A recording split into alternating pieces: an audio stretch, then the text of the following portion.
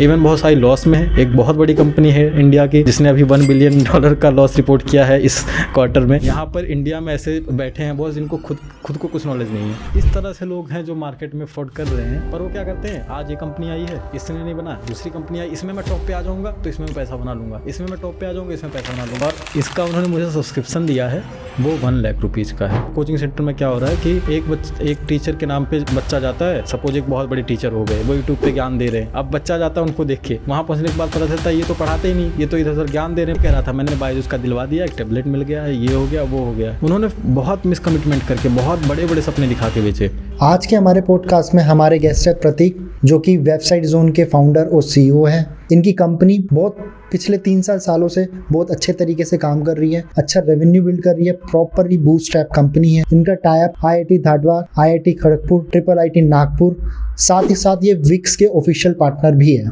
Vicks शायद आपको पता ना हो, मैं आपको बता देता हूँ, बहुत बड़ी कंपनी है जो वेबसाइट और होस्टिंग आपको प्रोवाइड कराती है, उनके ये ऑफिशियल पार्टनर है। इस पूरे पॉडकास्ट में मैंने पर्सनली इनसे बहुत कुछ सीखा है, कैसे आप अपनी कंपनी को एक अच्छे लेवल पे स्केल कर सकते हो, किस तरीके से आप डिजिटल मार्केटिंग के थ्रू कैसे आप अच्छे क्लाइंट को ऑनबोर्ड कर सकते हो, क्लाइंट के साथ साथ रिटेन कैसे कर सकते हो कि सिर्फ क्लाइंट को आपने ऑनबोर्ड करने के बाद उसको कंटिन्यूसली आपको कैसे सर्विस देनी है, वो टीम बिल्डिंग कैसे कर सकते हो जो बहुत इंपॉर्टेंट पार्ट है आपके बिजनेस का, ऑटोमेशन कैसे कर सकते हो अपने बिजनेस को, अगर आप छोटे लेवल पे भी बिजनेस कर रहे हो तो कैसे उसकी ऑनलाइन प्रेजेंस बना सकते हो ताकि आपका रेवेन्यू, आपका बिजनेस अच्छे लेवल पे स्केल कर सके। तो मैं आशा करता हूँ आपको हमारा पॉडकास्ट पसंद आएगा, और अगर आपको हमारा पॉडकास्ट पसंद आता है तो इस वीडियो को शेयर जरूर करना, लाइक जरूर करना, सब्सक्राइब जरूर करना, और साथ ही साथ हमें ऐसा प्यार भी देते रहना। मिलते हैं आपसे पॉडकास्ट में।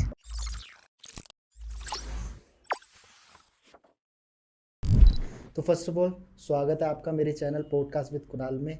कैसे हैं? मैं बहुत अच्छा हूँ और बहुत बहुत धन्यवाद मुझे बुलाने के लिए। और मैं कोशिश करूँगा कि आपके ऑडियंस को मेरी तरफ से कुछ भी एक मीनिंगफुल इंसाइट्स मिल सके, ऐसी नॉलेज मिल सके जिससे कि उनकी लाइफ में, उनके करियर में उनको इम्प्लीमेंट करके ग्रो कर सके। ओके, सो सबसे पहले मैं बाकी सब चीज़ से पहले जानूँगा आपकी लाइफ में क्या चल रहा है और आप क्या कर रहे हो अभी फ़िलहाल। ओके, सो करेंटली हम एक ऑर्गेनाइजेशन रन कर रहे हैं, मैं और मेरी टीम, जिसमें हम बिजनेसेस को हेल्प करते हैं। हमारा टोटल जो स्टार्टिंग है वो 2016-17 से है, लेकिन हमने टाइम टू टाइम उसमें और भी सर्विसेज ऐड ऑन करी। और करेंट टाइम पे हम बिजनेसेस को इस तरह से अप्रोच करते हैं कि हम पहले उनको अप्रोच करते हैं, उनकी प्रॉब्लम्स को समझते हैं, उनके गोल्स को समझते हैं कि उनके क्या क्या गोल्स हैं, वो कहाँ कहाँ पर इश्यू फेस कर रहे हैं, करंट में वो कहाँ पर हैं, और उसके अकॉर्डिंग हम उनको कंसल्ट करके और उस तरह की सर्विसेज को उनको प्रोवाइड करते हैं और उनको ग्रो करने में, ऑटोमेट करने में हेल्प करते हैं। तो एक बार आप अपने ऑर्गेनाइजेशन का नाम बता सकते हो?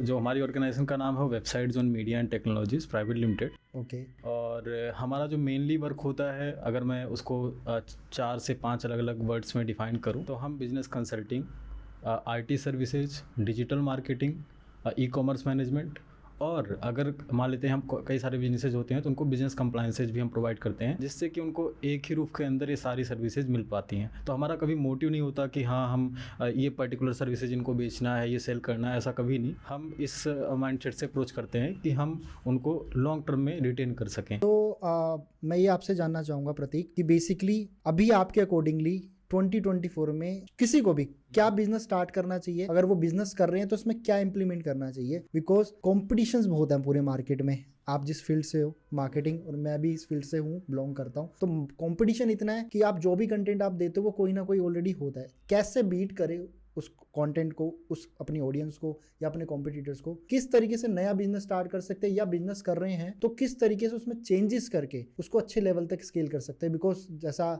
हमारी बैक स्टेज बात हुई थी, आपकी कंपनी ऑलरेडी बहुत अच्छा कर रही है, तो आपने वो कैसे ब्रेक डाउन की ये चीज़ें कि कैसे आप कंपनी को ग्रो कर सकते हो? इसको हम 2 पार्ट में डिवाइड करते हैं। एक तो अगर हमें स्टार्ट करना है, और दूसरा कि अगर कोई कर चुका है तो वो अभी किस तरह से और बेटर कर सकता है, इम्प्रूव कर सकता है। तो अगर मैं स्टार्ट करने की बात करूं, स्टार्ट करने में सबसे पहले आपको बहुत सारी चीज़ें देखनी पड़ती है। अगर आपको मैं बोलूं कि एक बिज़नेस स्टार्ट करना है, या इंडिया के किसी भी पर्सन को, खासकर यूथ्स को, तो उनके दिमाग में क्या आता है, बिजनेस मतलब एक बहुत बड़ी चीज़, एक बहुत बड़ा आदमी, करेक्ट। तो वो मेंटालिटी कहीं ना कहीं छोड़नी पड़ेगी मेरे हिसाब से, ठीक है। बिल्कुल आप रखो, पर आप सेकंड साइड देखो जो कि ज़्यादा इंपॉर्टेंट है, ठीक है। तो मैं बहुत सारे लोगों से मिला हूँ, तो उनके दिमाग में होता है कि नहीं, जॉब नहीं करनी है, बिजनेस करना है, करेक्ट। तो उनका ये मोटिव नहीं होता कि हाँ एक्चुअल उनका पैसन है या वो स्ट्रगल करने के लिए अपने आप को घिसने के लिए रेडी है, ऐसा नहीं। उनका होता है कि अगर मैं बिज़नेस बना लूँगा, ठीक है, खासकर यूथ्स में, इवन अगर मैं भी 1920 में रहा हूँ तो मेरे भी ऐसे थॉट्स थे।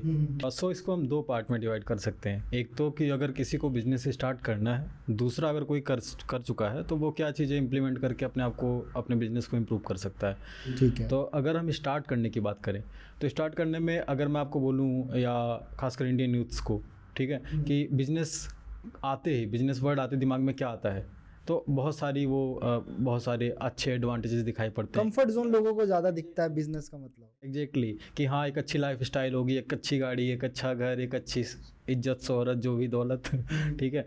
तो हमें वो साइड थोड़ा सा उस मेंटालिटी को छोड़ना पड़ेगा। मतलब एक दूसरी साइड भी है जो कि सबसे ज़्यादा इंपॉर्टेंट है, सबसे ज़्यादा रोल प्ले करती है वो आपके मतलब ग्रोथ में, ठीक है। तो अगर आप वो साइड देखो कि आपको कितना घिसना है, आपको कितना स्ट्रगल करना है, कितने पापड़ बेलने हैं, अगर उस चीज़ के लिए आप रेडी हो, सो तब मैं कहता हूँ कि हाँ आप बिज़नेस में एंटर करो, ठीक है। अगर आप ये सोच रहे हो कि आपकी लाइफ बहुत अच्छी हो जाएगी, नो डाउट वो बाई प्रोडक्ट है, वो आपका रिजल्ट अगर आउटकम आना होगा तो आएगा, लेकिन आप पहले उसके लिए रेडी रहो जिसको आप पहले फेस करना है। जो बाद में जीना है वो आपका बाद में आने वाला है, उसके बारे में छोड़ दो अभी, ठीक है, क्योंकि अभी तो आपने पहला भी स्टेप नहीं रखा है, करेक्ट। सो अगर हम दूसरी साइड की बात करें तो उसमें बहुत सारे पापड़ बेलने पड़ते हैं। मैं कहता हूँ बिज़नेस तो मैं आज ही मानता हूँ कि अगर आप एक झाड़ू भी लगा रहे हो किसी एक नए तरीके से तो वो भी बिज़नेस बन सकता है, मैं ऐसा मानता हूँ।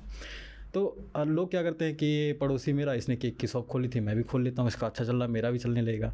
ये जिनके पास पैसा होता है, जो प्रिविलेज्ड फैमिली से आते हैं, उनका क्या होता है कि ये हार्डवेयर की शॉप डाल ली, ये क्या कहते हैं एक बड़े बड़े स्टोर्स को ओपन कर लिए, पर उनका ये फोकस नहीं होता स्ट्रेटजी क्या अपनाएंगे कि हम कम कॉस्ट में हम पैसे बर्न ना करें, हम कम कॉस्ट में ज़्यादा ऑडियंस तक पहुंच पाएँ। ये कोई स्ट्रेटजी नहीं होती। आप इंडिया में 95+ लोगों से मिल लीजिए जो बिज़नेस कर रहे हैं, ठीक है, खासकर जो अनऑर्गेनाइज सेक्टर में है, उनकी कोई स्ट्रेटजी नहीं है, कोई प्लान्स नहीं है। उनका सीधा एक महीने का कितना आ रहा है, अच्छी बात भी, एक महीने का कितना आ रहा है। हम उस माइंडसेट में नहीं है जो स्टार्टअप वाले माइंडसेट में कि पैसे बंड किए जा रहे हैं और इन प्रॉफिट क्या हो रहा है कोई पता नहीं। बड़ी बड़ी कंपनीज है, मैं नाम नहीं लूँगा, ठीक है, लेकिन वो अच्छी बात है कि आप मंथली आप एक सर्टेन अमाउंट आपके पास आ रहा है, लेकिन इस पर फोकस करना चाहिए कि ये सर्टेन अमाउंट किस तरह से आप मंथली ग्रो कर रहे हो। आप उनसे पूछो नेक्स्ट मंथ क्या ग्रोथ होने वाली है, अगले क्वार्टर क्या ग्रोथ होने वाली है, अगले एनुअल ईयर में आपकी क्या, कोई आइडिया नहीं।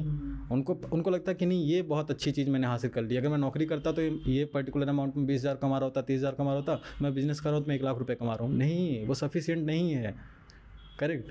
तो और पैसा ही एक रिजल्ट नहीं हो सकता, और भी बहुत सारी चीज़ें हो सकती हैं कि अगर आप कुछ कर रहे हो तो उसमें अपने आप को कैसे इंप्रूव कर सकते हो, कैसे सोसाइटी को ज़्यादा इंप्रूव कर सकते हो। तो स्टार्ट करने के लिए हम पहले क्या करते हैं कि हम पहले अपनी एक मार्केट डिसाइड करते हैं। ओके, ठीक है, हमें ऐसे नहीं करना कि ये फलाने कर रहे थे। और मैं आपको थोड़ा सा रोकना चाहूँगा एक चीज़ में कि अगर जैसे हम बिज़नेस स्टार्ट कर रहे हैं तो बिज़नेस स्टार्ट करने से पहले हमें किन किन चीज़ों का ध्यान रखना चाहिए, कैसे अपनी स्ट्रेटेजीज बनानी चाहिए, उसके बाद कैसे अपने प्रोडक्ट या सर्विस या बिजनेस जो भी आप खोलना चाहते हो उसको कैसे लॉन्च करें ताकि वो एटलीस्ट बर्न ना करे, इनिशियल स्टेज पे ब्रेक इवन भी चल जाए, करे तो थोड़ा बहुत करे।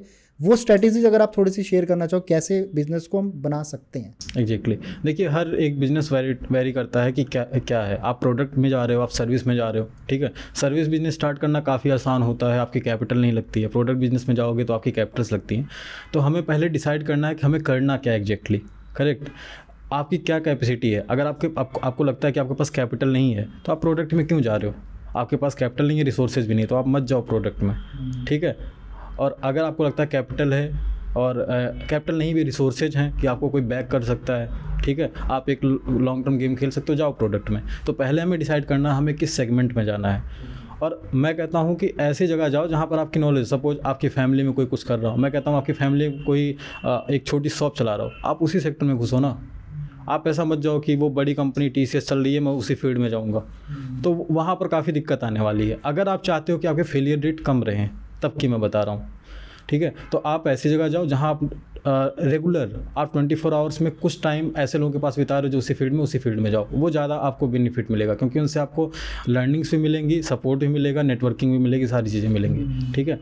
तो आप उस लाइन को चूज़ करो, उसमें देखो कि हाँ मार्केट क्या है, कंपटीशन कितना है, अब मान लेते हैं कोई ऐसी इंडस्ट्री हो सकती है जिसमें कंपटीशन बिल्कुल ना हो, बिल्कुल कंपटीशन ना हो, और लेकिन उसमें क्या है कि मार्केट ही नहीं है, जो टाइम बोलते हैं हम, ठीक है, वो है ही नहीं, तो आप किसके पास जाओगे? उसको ग्रो करने में बहुत समय लग जाएगा, क्योंकि आपको पहले उनको आदत दिलानी पड़ेगी, वो एडॉप्शन आएगा, उसके बाद तो वो आप नहीं खेल सकते। तो फिर आपने पहले ये डिसाइड कर दिया कि हाँ आपको किस फील्ड में जाना है, फील्ड में मतलब सर्विस या प्रोडक्ट में जाना है, फिर उसके बाद कौन सी पर्टिकुलर फील्ड पकड़नी है, आपको पहले अपना कैपिटल देखना है, ठीक है, कि अगर आपके पास अभी कैपिटल कितनी है। हमारे जो पूर्वज थे क्या कहते थे कि अपने पास 3 पूंजी रखो, हमारे जो दादा वगैरह जी थे वो कहते थे कि 3 पूंजी रखो। किस किस लिए? पहला रखो कि बिजनेस में लगाना है या जो भी आप कर रहे हो, ठीक है, दूसरा उसके बैकअप के लिए रखो, और तीसरा अपना घर चलाने के लिए रखो। ये उनके माइंडसेट से आज के टाइम पे नहीं चल रहा है, और मैं कहता हूँ कि नहीं, बहुत ज़्यादा चलना भी नहीं चाहिए, क्योंकि अगर ऐसे चलेंगे बहुत बहुत नपे तुली रेखा में ना, तो ये बिज़नेस कर भी नहीं पाएंगे हम, सिंपल सी बात है। लेकिन एटलीस्ट थोड़ा तो कैलकुलेटेड रिस्क लेके चलो, क्योंकि अगर आप नहीं लेते हो तो बहुत सारी दिक्कत आएगी। एक बार आप कूद जाओगे, वो कहते हैं ना, कूद तो गए हैं, हाथ पैर मारते रहेंगे, करते रहेंगे, लेकिन फिर दिक्कत आने लगती है। तो अगर आप चाहते हो फेलियर रेट कम रहे, आपके स्ट्रगल थोड़े से होता ना, दिक्कत कम रहे, तो आप कैलकुलेटेड रिस्क लेके चलो, और उसके बाद फिर डिसाइड करो कि टीम स्टार्ट में रखनी है। अगर आप सर्विस में हो तो आप इंडिविजुअल लेवल पे स्टार्ट कर सकते हो। अगर मैं सर्विस की बात करूँ तो आप बहुत, according to you product base business ज़्यादा बेटर है या सर्विस बेस बिजनेस ज़्यादा बेटर है?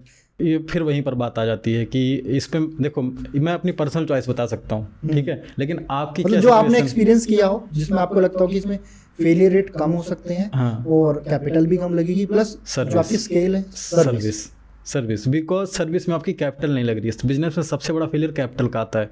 आज कोई बिजनेस उठा के आप देख लो, एक भी बिजनेस उठा के देख लो, हर जगह अगर कोई प्रॉब्लम चल रही होगी, कैपिटल की चल रही होगी, बड़े से बड़े, छोटे से छोटे, ठीक है, कैपिटल ही, और फिर वो सारी चीज़ों को इम्पैक्ट करती है, चाहे वो टीम हो गई, चाहे वो कुछ भी हो गया, ठीक है। तो कैपिटल एक मेन प्रॉब्लम है, इसीलिए आप सर्विस में जाओगे तो आपको कैपिटल की इश्यू नहीं आने वाली है। आप अकेले, आपके पास 2 हाथ हैं, आप खुद अकेले दम पे काम कर पाओगे अगर आपकी टीम आपके साथ नहीं रहेगी। लेकिन वही प्रोडक्ट में क्या होता है कि आपको एडिशनली आपको मैन्युफैक्चरर से जुड़ना है, आपको डिस्ट्रीब्यूटर से जुड़ना है, आपको क्लाइंट पकड़ के लाने हैं, ठीक है। तो उससे क्या होता है कि आप कहीं ना कहीं डिपेंडेंट होते हो, और आपको एक बड़ी कैपिटल भी लगानी पड़ती है। तो प्रोडक्ट बेस सबके लिए नहीं है, मैं ऐसा मानता हूँ। हाँ, आप ऐसा कर सकते हो, आप सर्विस स्टार्ट करो, आप उसको अच्छी तरीके से ग्रो करो, फिर आप प्रोडक्ट में घुसो। इस तरह से आप स्टेप बना सकते हो। अगर आपके पास कैपिटल नहीं है, अगर आपके पास रिसोर्सेज नहीं है, तो आप सर्विस में जाओ। आप 1 पर्सन आर्मी से स्टार्ट करो, ठीक है, अकेले स्टार्ट कर दो। आपके पास 2 हाथ हैं, आपके पास एक दिमाग है, स्टार्ट कर दो। बिल्कुल। और जैसे सर्विस सेक्टर में आपने मुझे बताया कि सर्विस सेक्टर, मेरे को भी लगता है कि service sector is the best चीज़, जिसमें आप कम कैपिटल पे अच्छे लेवल पे स्केल कर सकते हो और प्रॉफिट आराम से कमा सकते हो। अब एक बिजनेस में जो मैंने फेस किया है, इवन क्योंकि मैं भी बिजनेस करता हूँ और बहुत लोग कर रहे हैं, जो सुन रहे हैं, देख रहे हैं, उनको अपनी टीम बिल्डिंग नहीं करने आती, क्योंकि आप तभी आगे बढ़ सकते हो जब आपकी टीम आपके पास स्ट्रांग होगी। अगर टीम नहीं है तो आप एक लेवल तक जा सकते हो, उससे ऊपर नहीं। और लोग टीम पता नहीं हायर कैसे करते हैं, किस तरीके से करते हैं कि वो टीम जिस तरीके से वो सोच कर अपने पास अपनी कंपनी में हायर करते हैं, वो रिजल्ट उन्हें नहीं मिल पाता। उसका रीज़न क्या है वो आप मुझे ज़रूर बताना। एक और चीज़ कि जब आप एक अच्छी टीम हायर करते हो तो उनको किस तरीके से टास्क अलाइन करें कि उनकी डिपेंडेंसी हम पर, एक ओनर, एक डायरेक्टर या कोई भी कंपनी को मैनेज कर रहा है, उस पर कम रहे। उनको अपने टास्क पता होने चाहिए। तो हम टीम बिल्डिंग कैसे करें, और टीम बिल्डिंग कर लें अच्छी तो उसको टास्क कैसे अलाइन करें उनको? देखिए, ये जो चैलेंज है ये सबके लिए है, अगर कोई बहुत छोटे लेवल पे ऑपरेट कर रहा है या एक बहुत बड़े लेवल पे ऑपरेट कर रहा है, क्योंकि इस तरह का माइंडसेट है आजकल लोगों का। जो एक एम्प्लॉई है तो उनका माइंडसेट थोड़ा सा अलग होता है। जब इवन हम आप भी एम्प्लॉय बनेंगे तो हमारा भी ऐसा ही होगा, ठीक है, क्योंकि ह्यूमन साइकोलॉजी ऐसी काम करती है। तो ये सबके लिए चैलेंजेस है, लेकिन वहाँ पर हम कुछ ऐसी टेक्निक्स को और कुछ टेक्नोलॉजी को इम्प्लीमेंट करके इसको इम्प्रूव कर सकते हैं। इवन मैंने भी बहुत सारी गलतियाँ करी हैं टीम बिल्डिंग में, ठीक है। सही सबसे बड़ी गलती होती है कि सही पर्सन ना हायर करना, ठीक है। आपने होता ना कि एक पैरामीटर्स बनाइए, हायरिंग करने के लिए पैरामीटर्स बनाइए कि मुझे ये 4 चीज़ें चाहिए ही चाहिए। हाँ, मतलब अगर मैं किसी पर्सन को हायर कर रहा हूँ तो कोई इंसान कम्प्लीटली परफेक्ट हो ही नहीं सकता, कम्प्लीटली परफेक्ट हो ही नहीं सकता, कोई भी कुछ ना कुछ कमी किसी ना किसी में रहेंगी। तो आप अपने वो 4-5 पैरामीटर बना दो, ये तो मैंडेटरी है, ये तो चाहिए ही चाहिए। उसके बाद फिर जो है ऑप्शनल रखो कि इसको हम उसको बोलते हैं कि भाई तुम इम्प्रूव कर लोगे आने वाले इतने टाइम में, एक डेडलाइन डिसाइड करते हैं, तो उस पर्सन को आप हायर कर सकते हो, ठीक है।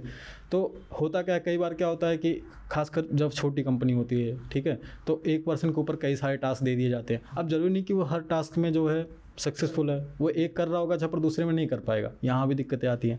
आपको क्या करना है, इसको प्रॉपर लेके चलना है टेक्नोलॉजी पे, ठीक है। आप जब हायर कर रहे हो तो प्रॉपर एक प्रोफेशनल, आप बेशक आप 2 बंदों की कंपनी हो, ठीक है, या आप पहला एम्प्लॉय अपना हायर कर रहे हो, तो आप उसी तरह से ट्रीट करके चलो जैसे एक बड़ी कंपनी एमएनसी करती है।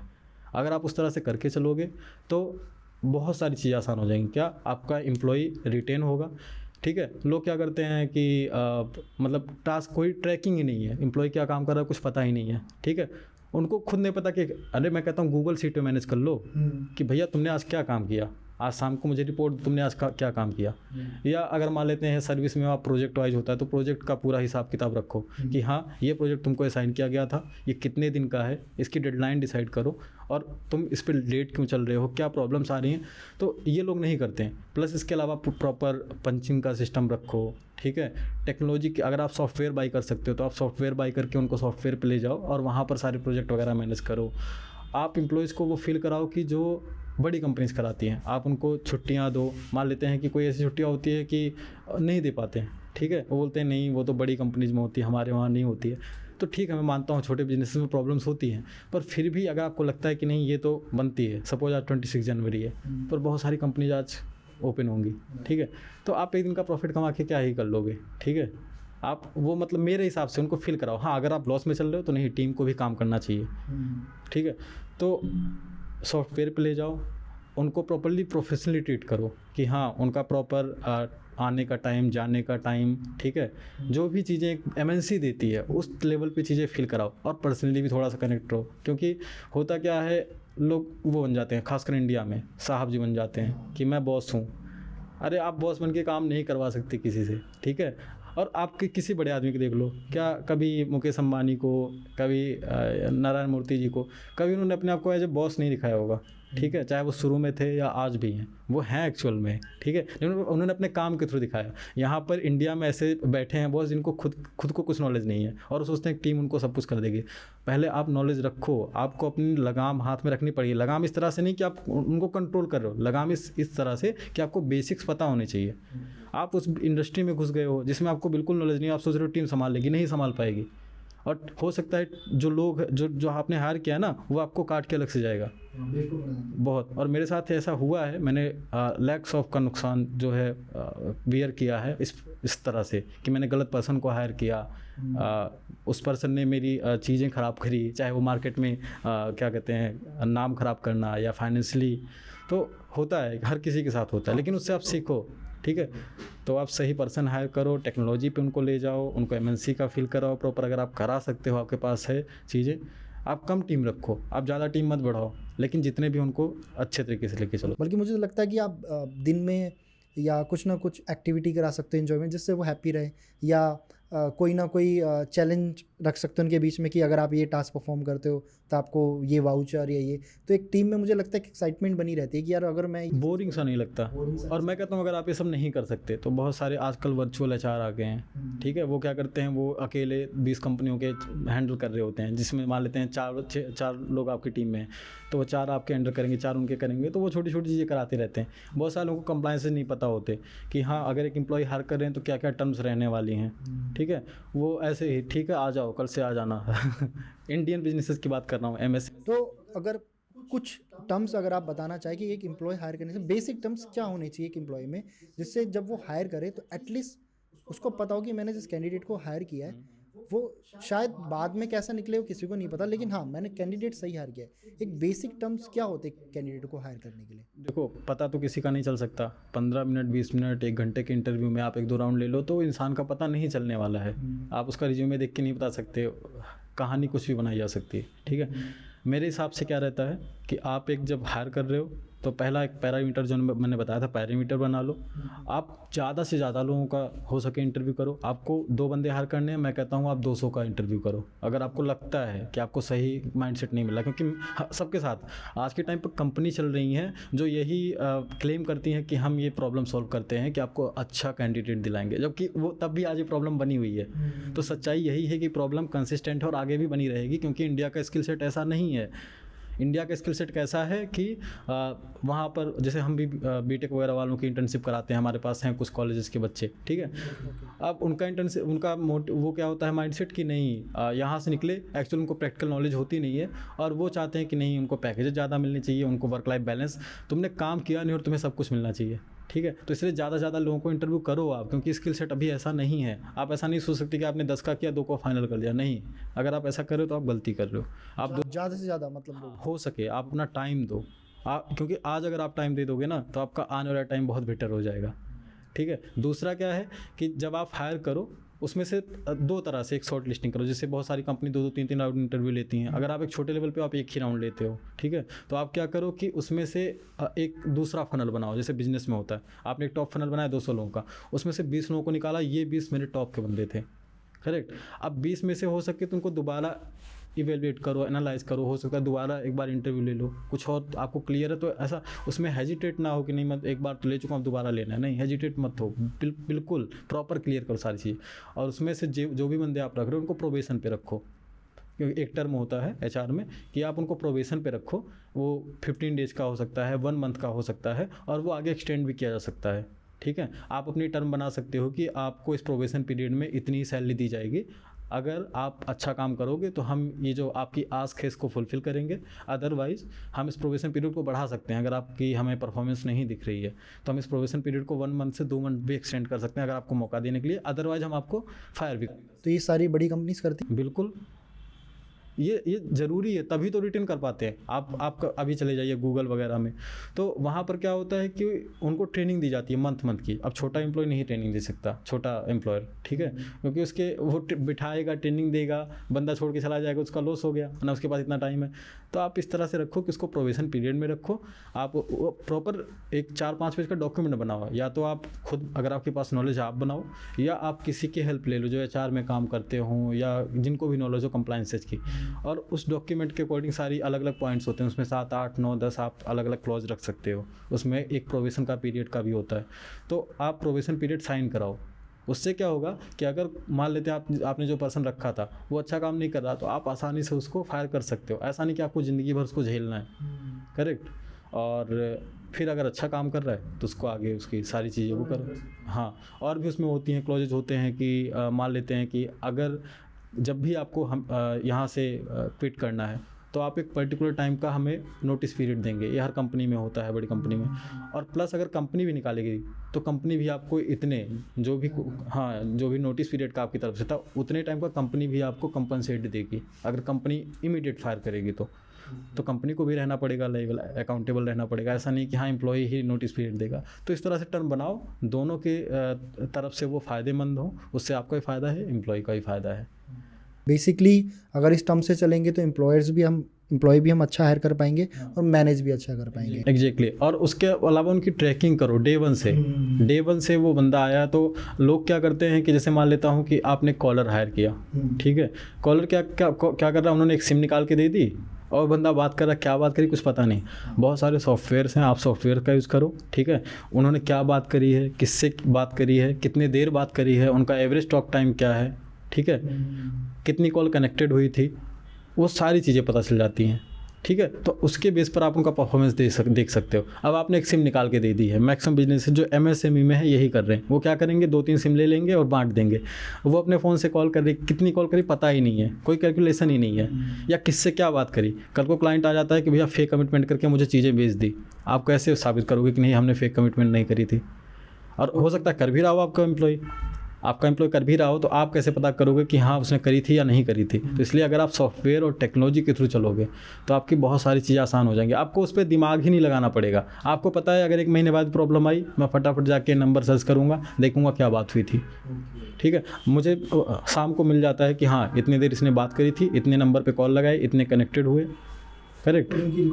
इनकी रिकॉर्डिंग सुन सकते हैं। सबकी एक ट्रैकिंग सीट है। अगर कोई इन्वेस्ट नहीं कर सकता तो आप ट्रैकिंग सीट बना लो, एक्सेल पे बना लो, गूगल सीट बना लो। इतना तो आता ही होगा जो बिजनेस कर। नहीं आता तो सीखो, क्योंकि नहीं सीखोगे तो फिर नहीं चला पाओगे, ठीक है। तो आप डेली की रखो कि भैया आज तुमने क्या काम किया, नंबर्स में, डेटा में बात करो। कभी भी बात करो नंबर से बात करो। अगर आप नंबर में बात नहीं कर रहे हो हवा में, तो कुछ नहीं चलने वाला। ग्रोथ देखो कि क्या ग्रोथ चल रही है। मान लेते हैं आज आपने एक एम्प्लॉय हायर किया, वो आपको मान लेते हैं 70% का परफॉर्मेंस दे रहा है, आप जितना एक्सपेक्ट करते हो, लेकिन एक महीने बाद उसका क्या था, आज भी 70 पे है।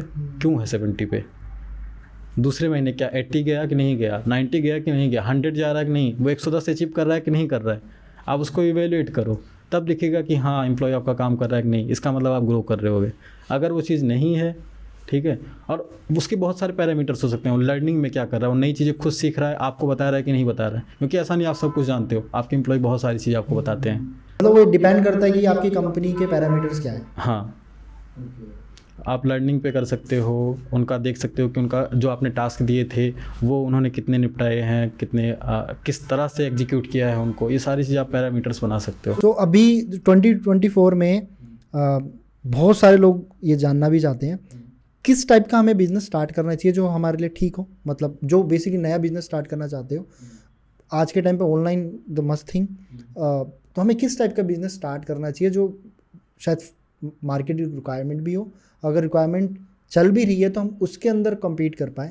ऐसा कुछ है जो हम कर सकते हैं, ऐसा कोई बिजनेस? देखो मेरे हिसाब से कंपटीशन कोई चीज़ नहीं होती। अगर हम कंपटीशन, क्योंकि जब आप स्टार्ट करो तब कंपटीशन नाम की कोई चीज़ नहीं होती, क्योंकि आपके पास तो कुछ है ही नहीं, आपके पास कुछ है ही नहीं, तो कंपटीशन नाम की कोई, कंपटीशन तब होता है जब आपके पास कुछ हो, तब आप कंपटीशन में जाते हो। अगर हम इसको प्रैक्टिकली वे में देखें, हाँ बाकी कंपटीशन तो है कि आपको पहला क्लाइंट लाने में क्या करना पड़ता है वो वही जानता है जिसने किया है, ठीक है, महीने लग जाते हैं पहला क्लाइंट आने में ही। तो आप सर्विस में जाओ, मैं यही कहूँगा। अगर आपके पास कैपिटल नहीं है सर्विस में, जैसे मैं कुछ इंडस्ट्री अगर बता दूं, तो आज के टाइम पे हर घर में, मतलब हम क्लाइंट से बात करते हैं, हमारी तो यही है, तो वो बंदा कहेगा कि हाँ मेरे घर में तो ये बंदे ने वो कर रखी है, उसको आता है, लेकिन एक्चुअल में उसको नहीं आता है। हर घर में 1-2 डिजिटल मार्केटर भरे पड़े हैं, हर घर में 1-2 IT वाले भरे पड़े हैं, सच्चाई बता रहा हूँ मैं, जिस तरह से पूरा चल रहा है। तो अगर आपको लगता है कि आपको बिज़नेस में जाना है तो आप IT में भी जा सकते हो, लेकिन एक सही इंटेंशन से जाओ। अगर आप ऐसा करने जा रहे हो कि नहीं आज तो ये कर रहा हूँ एज ए फ्रीलांसर, कल कुछ और करना है, मज़ा नहीं आ रहा है इसमें, ठीक है, कंपटीशन है, इसमें आपको पेशेंस रखना पड़ेगा। अल्टीमेटली बिजनेस पेशेंस का नाम है। 1 साल 2 साल 3 साल 4 साल कब तक रख सकते हो? कंपनियां 15-15 साल से लॉस में चल रही फिर भी आज तक चल रही, तो आपको करना पड़ेगा।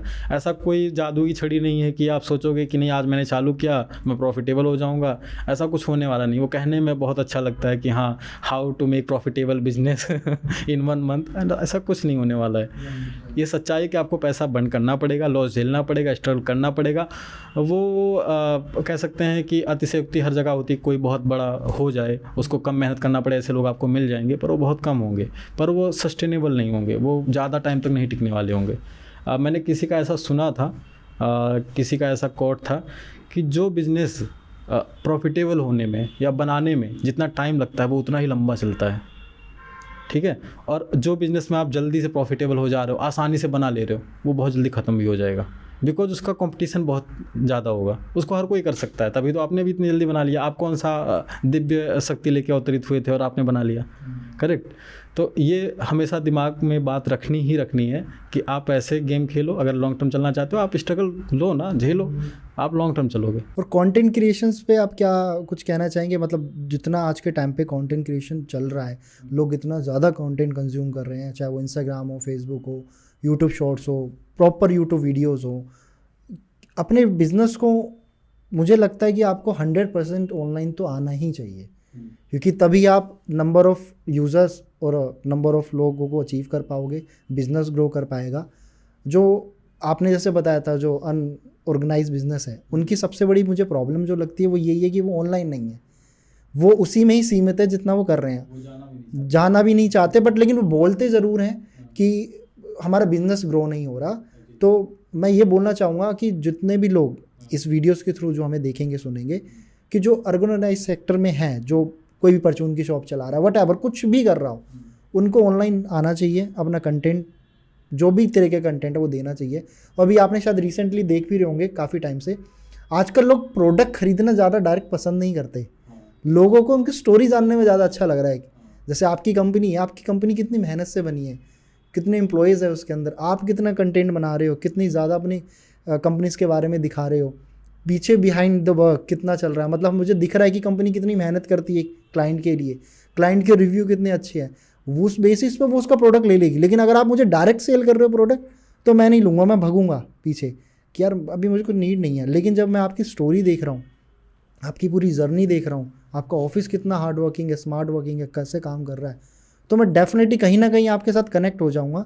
चलो आज मुझे नीड नहीं है, लेकिन कल मैं लूँगा तो मैं आप ही से लूँगा, यार वो बड़े मेहनत से काम करते हैं, ट्रस्ट बिल्ड हो जाता है। तो जैसे आपकी कंपनी है, काफ़ी सारे क्लाइंट्स को वो हैंडल करते हैं, तो वहाँ पर वो उस तरीके का कंटेंट क्रिएशंस या इस तरीके की सर्विसिंग वो लोग देते हैं आपके थ्रू, ऐसा कुछ? अभी हम अपनी बात करें तो जैसा कि शायद हमारी पहली बात हुई, तो हम कंटेंट क्रिएशन पे बहुत दिनों से फोकस कर रहे हैं, ठीक है, लेकिन अभी हम उसमें एंटर नहीं कर पाए हैं। अब मेनली हमारा B2B है, तो हम क्योंकि देखिए कंटेंट क्रिएशन या ऑनलाइन जाना मेरे हिसाब से, ठीक है, ऑनलाइन जाना मतलब बहुत सारी चीज़ें हैं। कंप्लीटली ऑनलाइन जाना हर बिज़नेस के लिए ज़रूरी नहीं है, मैं ऐसा मानता हूँ। अब एक पर्सन की दुकान है, ऑनलाइन जाके क्या करेगा? उसके लिए एक GMB ही काफ़ी है। गूगल माई बिजनेस की लिस्टिंग उसने बनवा ली, काफ़ी है। मैं नियर बाई सर्च कर रहा हूँ, मुझे मिल्क चाहिए, तो वो उसकी दुकान दिख रही है।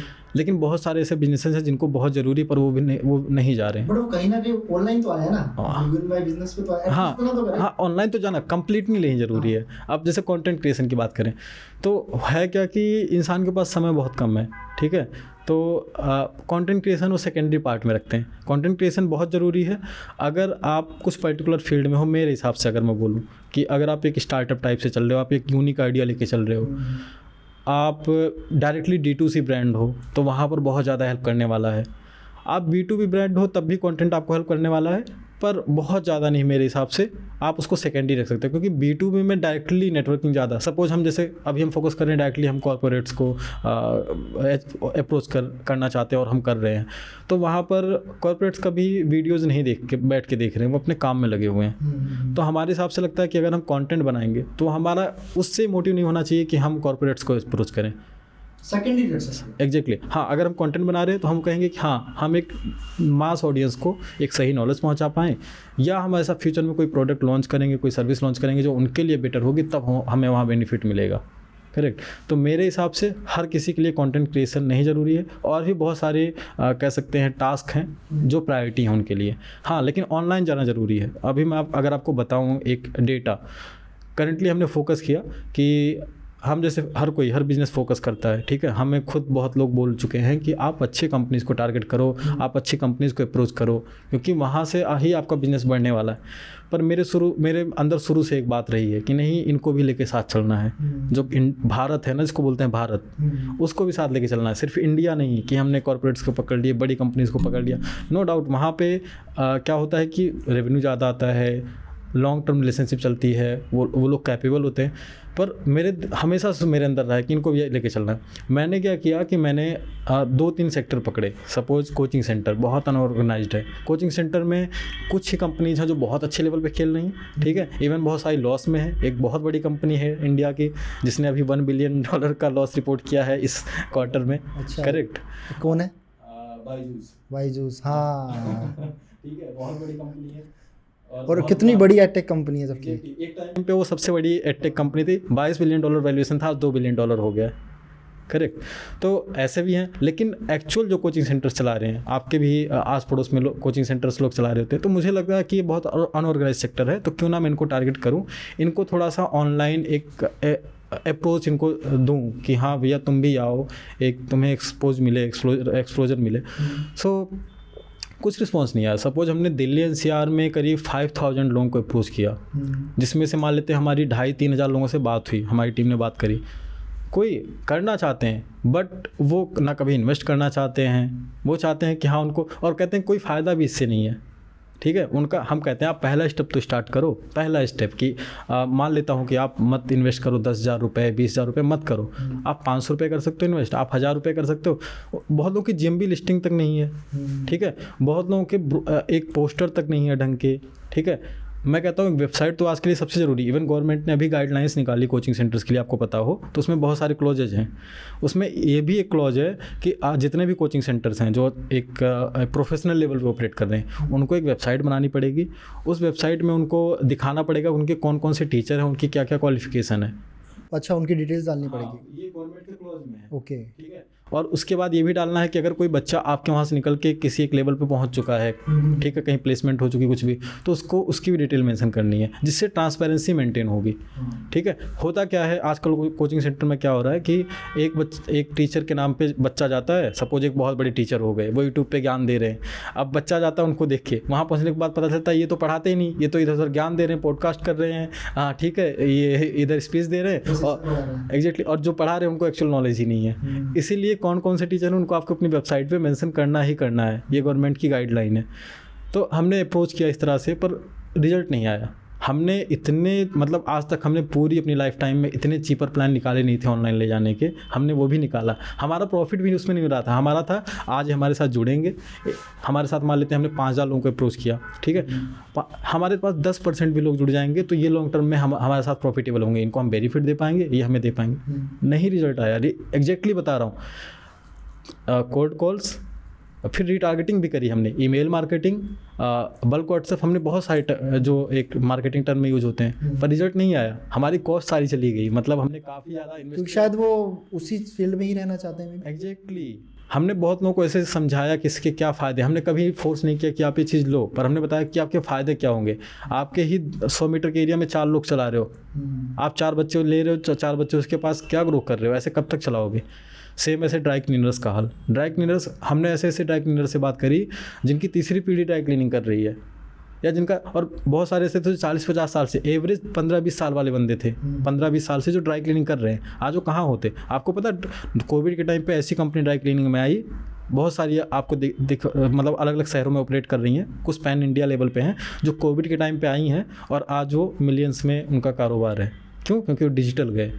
तो हमने इस तरह से बहुत उनको, मैंने कहा सर आप तीसरी पीढ़ी से आप काम कर रहे हो, आज तक आप वही एक शॉप लेके चल रहे हो, आपके अंदर आपको बहुत नॉलेज होगी जो इन स्टार्टअप्स को नहीं है, पर आप उसको मोनेटाइज नहीं कर पाए, आप उसको डिजिटल नहीं ले, आपके बारे में कोई जानता ही नहीं, आपने एक GMB बना ली है, एक बोर्ड लगा लिया है, लोकल कस्टमर आता है तो आता है, नहीं तो नहीं आता है, ठीक है, आप उतनी भी अर्निंग नहीं कर पा रहे जो कॉर्पोरेट का एम्प्लॉय कर रहा है। आपने 3 पीढ़ी के सारे स्ट्रगल का क्या किया, और फिर भी उनको नहीं समझ में आया, फिर भी उनको समझ में नहीं आया। ये बहुत बड़ी इंडिया की प्रॉब्लम, वो शायद मेंटालिटी ऐसी बन गई है। अच्छा, जैसे आपने बायजूस का बताया था, कुछ आइडिया है कि क्यों इतना लॉस में गई होगी बायजूस, जबकि एक टाइम पे कितने एड्स दिए हैं यार, शाहरुख खान ब्रांड एम्बेसडर रहा है उसका, मतलब इस लेवल पे बहुत लोग रहे हैं, वो मैंने भी सुना था, इतनी बड़े लॉस। एक्चुअली होता क्या है, देखिए मैं खुद सेल्स मार्केटिंग मेरा जो मेन वो है, मैं ऐसा बिलीव करता हूँ कि अगर आप कुछ सेल कर रहे हो तो आप सेल मत करो मेरा ऐसा मानना, आप सिर्फ सेल मत करो। बायजूस ने सिर्फ सेल किया। आप देख रहे हो कि एक टाइम था ऐसा, आपका कोई पड़ोसी रहा होगा, आपका कोई दोस्त रहा होगा, उसके बच्चे रहे होंगे, वो बहुत प्राउडली कह रहा था मैंने बायजूस का दिलवा दिया, एक टेबलेट मिल गया है, ये हो गया वो हो गया, करेक्ट।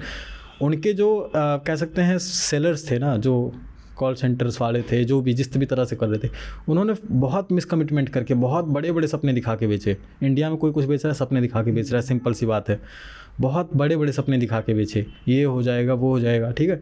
तो मेरे हिसाब से जो मेरा पर्सनली है, ठीक है, मैंने उनके ऊपर इतना डिटेल में कोई ऐसा एनालाइज वगैरह नहीं किया है, जो मेरा पर्सनली जो मैंने देखा खुद, ये है कि वो रिटेन नहीं कर पाए कस्टमर्स को, क्योंकि उन्होंने मिसकमिटमेंट करके सेल करी थी, और जब आप मिसकमिटमेंट करके सेल करोगे तो आपका रिन्यूअल नहीं आएगा, एक ही बार जुड़ेगा बस। एग्जैक्टली, तो उनके साथ वही हुआ उनके साथ, और उन्होंने अपनी कॉस्ट बहुत अलग लेवल बढ़ा ली थी। वो एक फंड रेजिंग तो बहुत बड़े लेवल पे, तो बहुत बड़े लेवल पे करी थी, तभी तो $22 बिलियन की कंपनी बनी थी। प्लस उन्होंने अपने कॉस्ट जो इतनी बढ़ाई थी कि हायरिंग बहुत ज़्यादा, सेल्स पर्सन इतने हायर कर रखे थे, और अच्छे अच्छे पैकेज पे। इवन जहाँ पर टेक्निकल कॉलेज है, मतलब मान लेते हैं कोई ऐसा कॉलेज है, बीटेक बंदा कर रहा है, उसको भी सेल्स में ला के रख दिया है, और उसको अच्छा पैकेज, और वो बंदा भी, क्योंकि स्किल सेट तो इंडिया का पता है, पैसे अच्छे मिल रहे हैं, 7 लाख का पैकेज मिल रहा है, जो कि मुझे वहाँ पर 5 ही मिल रहा था टेक्निकल में, ठीक है, 8 लाख का पैकेज मिल रहा है। इस पैकेज पे तो हायरिंग उन्होंने कर रखी थी, इंसेंटिव अलग से दे रहे हैं, ठीक है। तो अल्टीमेटली क्या हुआ कि बंदों ने मिस कमिटमेंट करके खूब सेल किया, लेकिन एक्चुअल में जो उन्होंने सपने दिखाए थे, उस जो हमारा यूजर था उसको फ़ायदा नहीं हुआ, रिटेंशन आई नहीं, तो अल्टीमेटली कंपनी का ये हाल हुआ। तो मैं कभी भी कहता हूँ आप सेल कर रहे हो तो कुछ चीज़ों का ध्यान रखो। मेरा ऐसा मानना है कि ज़रूरी नहीं कि जो आप बेच रहे हो वो सबके लिए ज़रूरी हो, तो आप सबको सेल मत करो, ठीक है। सेल करते टाइम ध्यान रखो कि क्या एक्चुअल में उसका फ़ायदा हो रहा है, ठीक है। आप सेल ना करो, आप उसको हेल्प करो, मेरा ऐसा मानना है। अगर आप सेल कर रहे हो सिर्फ, तो आप अच्छे सेल्समैन नहीं हो, आप उसकी हेल्प करो। और मुझे पता है इससे क्या होता है ना कि आप अच्छी चीज़ें करोगे। अब अगर आप गलत चीज़ें सेल करने गए तो आपको गलत तरीका अपनाना ही पड़ेगा। तो आप गलत चीज़ें मत सेल करो, अच्छी चीज़ें करो और अच्छे तरीके से करो, उसकी हेल्प करो सामने वाले की, उसको एजुकेट करो, ठीक है। और एक सही इंटेंशन के साथ एक्चुअल में उसको भी लगे कि हाँ उसको फ़ायदा हो रहा है, नहीं हो रहा तो छोड़ दो उसको। था ना पुराना वो क्या था कि सेल्समैन वही है जो गंजे को कंघी बेच दे। हाँ, अब देखो वो कैसे हो सकता है यार, उसकी वो नीड ही नहीं है, तुम बेच ही नहीं सकते। बेच ही नहीं सकते क्योंकि उन लोगों ने मेंटालिटी बना रखी ना, असली सेल्समैन कौन, जिसको ज़रूरत ना उसको ही बेच दे। अरे क्यों, ज़रूरत क्या है? मैं इसमें थोड़ा सा बिलीव नहीं करता। नहीं, वो होना भी नहीं चाहिए। आई थिंक आपको नीड क्रिएट करनी आनी चाहिए, या उसकी प्रॉब्लम क्या, आप कंघी की जगह शायद उसको कोई ऑयल दे दो, मे बी वो जिसके लिए बेनिफिट है, वो प्रोडक्ट आपके काम आएगा। अगर आप बेच भी दोगे तो सिर्फ एक बार बेच पाओगे, रिटेन नहीं कर पाओगे, जो बायजूस के साथ हुआ। आपने एक बार तो बेच दिया, दूसरी बार आप नहीं बेच पाए बिकॉज आपने जिस मोटिव से बेचा था वो उसके काम ही नहीं आया। तो अभी जैसे मैं एक स्टडी कर रहा था, 1 महीने पहले की बात है, वहाँ पे 2 तरीके की चीज़ें लिखी हुई थी। फर्स्ट, या तो आपका प्रोडक्ट या सर्विस जो है वो प्रॉब्लम सॉल्विंग होनी चाहिए, ठीक है, जो आप किसी भी तरीके की प्रॉब्लम सॉल्व कर रहे हो लोगों की लाइफ में, तो वो लोग उसको लेंगे। या फिर आपको नीड क्रिएट करने आनी चाहिए मार्केट में, जिसकी अगर मैं फ़ोन की बात करूँ, टू बी वेरीफाई, अगर आईफोन आया है 15, हर बार 16 आएगा तो भी बिकेगा 15 वाले, बट वो क्या है, वो स्टेटस है, नीड है। उस तरीके की नीड क्रिएट कर दी कि लोग स्टेटस समझने लग गए कि यार 16 नहीं होगा या 15 नहीं होगा तो मजा नहीं। उन्होंने अपनी नीड नहीं देखी कि शायद मेरे पास जो फ़ोन है उतना इनफ है, तो या तो उन्होंने नीड क्रिएट कर दी, या आपका कोई प्रोडक्ट प्रॉब्लम सॉल्व कर रहा हो। अब प्रॉब्लम सॉल्विंग के लिए तो फ़ोन इनफ है। आज अगर हम शूट कर रहे हैं, मुझे जो लगता है, तो शायद मेरे फ़ोन में मैं स्पेसिफिकेशन देखूंगा कि कैमरा अच्छा हो, जो मेरी नीड पूरी कर सकता है, और मुझे बाकी फीचरों से कोई मतलब नहीं है। इतने फीचर्स होते हैं जिसमें आपको पता भी नहीं होता। तो मार्केट में हम लोग क्या करते हैं, या दूसरी कंपनी ज़्यादातर जो क्या करती है, वो ज़बरदस्ती सेल करती है। जैसा आपने बताया कि सपने दिखा दिए, प्रोडक्ट तो बेचना ही है, रेवेन्यू करना ही है, आपने एक बार तो बेच दिया, लेकिन रिटेन नहीं कर पाए क्योंकि वो उसकी नीड नहीं थी। आप रिटेन तभी कर पाओगे जब आप अच्छी सर्विस दोगे, रिटेन कर पाओगे, प्लस आपने जो कमिटमेंट करी है वो फुलफिल। आपको कहीं लगता है, जो मुझे सबसे ज़्यादा लगता है, सर्विस देने के बाद लोग अच्छे से फीडबैक नहीं लेते, और सबसे इंपॉर्टेंट चीज़, सर्विस देते के साथ उनकी रिलेशनशिप हो जाती है एकदम बिल्कुल डाउन, जबकि वो इंक्रीज होनी चाहिए सर्विस सेक्टर में खासकर। इसके लिए कुछ आप मैं थोड़ा शुरू से शुरू करता हूँ। मैं पूरे सेल्स का प्रोसेस एक बार एक्सप्लेन करता हूँ कि क्या दिक्कतें कर रहे हैं लोग मार्केट में। इवन हमने भी करी है, हर कोई करता है स्टार्टिंग में, लेकिन फिर अगर आप समय के साथ इम्प्रूव कर लेते हो तो सही है। वो तो ना कि सुबह का बोला शाम को वापस घर आए तो अच्छी बात है, लेकिन अगर भूला ही रात में भटकता रहेगा, शेर खा जाएगा उसको। तो लोग क्या करते हैं, सपोज सेल्स कहाँ से स्टार्ट होती है, प्रोडक्ट और सर्विस की अलग अलग हो सकती है। मेनली मैं सर्विस में हूँ तो मैं मेनली सर्विस की बात कर लेता हूँ। प्रोडक्ट में अल्टीमेटली यही अप्लाई होता है कि जब सेल्स कहाँ से, सपोज आप एडवर्टाइजिंग आपने करी या कस्टमर आपके पास चल के आया रेफरेंस के थ्रू या जैसे भी, ठीक है, आपने क्या किया, पहला जो होता है ना, इसको बोलते हैं क्वालिफिकेशन। आपने एक उसको क्वालिफाई किया कि हाँ ये इसकी नीड थी, इसने मेरे को कॉन्टेक्ट किया और जो मैं सर्विस दे रहा हूँ उससे अलाइन हो रहा है। आपने इसको कर लिया, मतलब फाइनल कर लिया कि हाँ क्वालिफाइड है ये। ऐसा नहीं कि मैं ए बेचता हूँ, उसने बी मांगा। इसके बाद क्या होता है कि लोग भूल जाते हैं। सर्विस में खासकर क्या होता है कि लोग तुरंत नहीं लेना चाहते।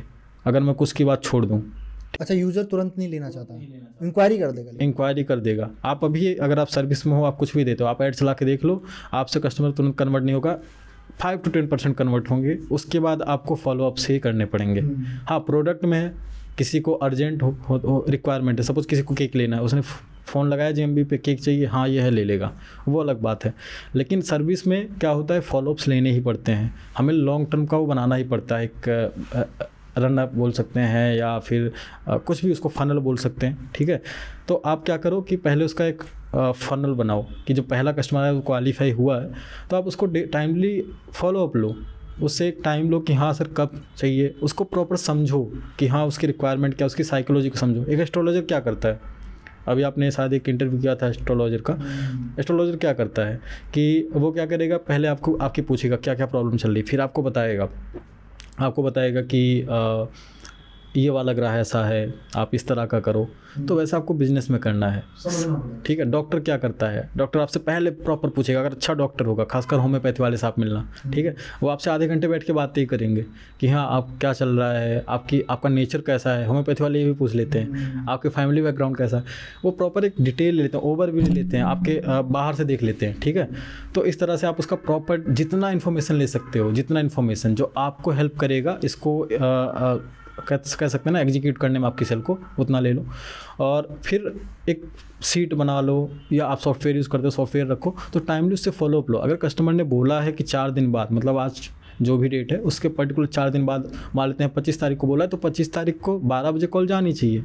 आप कर सको या टीम कर सके, हो सकता है तब भी बिजी होगा, वो बोलेगा कि नहीं अभी 1 घंटे बाद और करना है, मैं ड्राइविंग कर रहा हूँ, तो आप 1 बजे कॉल करो। लोग यहाँ पर गलती कर देते हैं। मैं ऐसे बहुत लोगों को जानता हूँ जिनके पास कॉल्स आती है, नॉर्मल कॉल उठा ली, हाँ सर ये चाहिए, ठीक है, वो बोलेगा मैं कॉल कर दूंगा, बोलेंगे ठीक है। अरे कस्टमर नहीं कॉल करने वाला, नहीं करने, उसको दूसरा कोई मिल जाएगा, उससे ले लेगा, वो आपको ध्यान नहीं रखेगा। वो तो पहली बार आपसे कनेक्ट हुआ, इंटरेक्ट हुआ है, 2 मिनट के लिए आपसे बात हुई है, ठीक है, तो वो आपसे क्यों ही ले लेगा। हाँ बिल्कुल, एफर्ट डले ही नहीं। हाँ, तो आप फॉलोअप बनाओ, उनके अलग अलग स्टेजेस रखो, आप देखो कितने कन्वर्ट हो रहे हैं, जो कन्वर्ट नहीं हो रहे हैं तो उनका क्या कह सकते हैं कि रीज़न क्या रहा है। आप जब इस तरह से करोगे ना कुछ महीने तक, आपको लगेगा कि आप कहाँ गलतियाँ कर रहे हो, आप कहाँ अच्छा कर रहे हो। जो कन्वर्ट हुए हैं उनके अंदर क्या क्या किसने किसने रोल किया, किस किस पॉइंट ने रोल प्ले किया, और जो कन्वर्ट नहीं हुए उनके पीछे क्या रीज़न था, फिर आप उसको इम्प्रूव कर पाओगे। लोग ये नहीं करते। और सबसे बड़ी बात, आपकी कोई लीड जाएगी नहीं, मिस नहीं होगी। कस्टमर कॉल करता है, फ़ोन उठा लेंगे, बात कर लेंगे, और फिर वो कहाँ गया कोई आइडिया ही नहीं है। फिर बात आती है, चलो आपने सर्विस दे दी, कस्टमर को वॉर्न कर लिया जो आपका क्वेश्चन था, ठीक है, आपने सर्विस दे दी। बड़ी कंपनी, आप किसी भी बड़ी कंपनी की सर्विस लीजिए, बहुत सारी कंपनीज़ के तो कॉल तक है, मतलब आप कॉल सेंटर में बात नहीं कर सकते, चैट पे करना पड़ता है। बहुत सारी कंपनी चैट तक नहीं है, ईमेल करना पड़ता है, 4 दिन बाद रिप्लाई आता है। ये हर कंपनी का हाल है। जो जिस लेवल पे ऑपरेट कर रहा है उनको कस्टमर सपोर्ट चलाना लॉस मेकिंग कर देता है। सपोर्ट किसी के, आई थिंक शायद वो सबसे इजी फॉर्मेट होना चाहिए डायरेक्टली कनेक्ट करने के लिए कंपनी से। और ये बहुत फ्रस्ट्रेटिंग होता है कस्टमर के लिए। आप कस्टमर हैं, मान लेते हैं किसी भी कंपनी की जो बहुत बड़ी कंपनी है, और कोई दिक्कत तो आएगी ही, ऐसा नहीं दिक्कत नहीं आएगी। और आप वेट करते रहते कि मेल करना पड़ेगा, मेल से रिप्लाई आएगा। हर कोई मेल नहीं करना जानता है इंडिया में, या कैसे मेल करना है, वो अपनी प्रॉब्लम ढंग से नहीं बता पाते रिटर्न में, जो अपनी वो वर्बली बता सकते हैं। तो ऐसी बहुत सारी चीज़ें हैं, जबकि कंपनीज़ को ऐसा करना चाहिए कि हाँ ऐसा कुछ रख दो कि वॉइस नोट के थ्रू, अगर आप कॉल नहीं दे सकते तो वॉइस नोट के थ्रू कर दो। आज के टाइम पे वॉइस नोट, जैसे आप यूट्यूब वीडियो को कर लेते हो कि उसको बना लेते हो सबटाइटल, वैसे वो भी बना सकते हैं कि हाँ पर्टिकुलर पर्सन ने क्या बोला। लेकिन नहीं, कंपनीज़ नहीं कर रही है। कंपनीज़ ने क्या रखा है, बिल्कुल ट्रेडिशनल, कि हाँ आप ईमेल करो, हमें चैट करो, या IVR के थ्रू एक पॉइंट करते वहाँ तक पहुँच। तो ये बहुत फ्रस्ट्रेटिंग होता है। तो ये तो चलो बड़े बिजनेस की बात है कि बड़े बिजनेस भी इसमें फेल ही हैं सीधा, क्योंकि उनके पास एक नंबर्स हैं, वॉल्यूम है, तो उनके लिए तो प्रॉब्लम है ही। फिर भी वो बना सकते हैं पर बना नहीं रहे हैं, जो भी उनकी प्रॉब्लम हो। हम छोटे बिजनेस की बात करते हैं।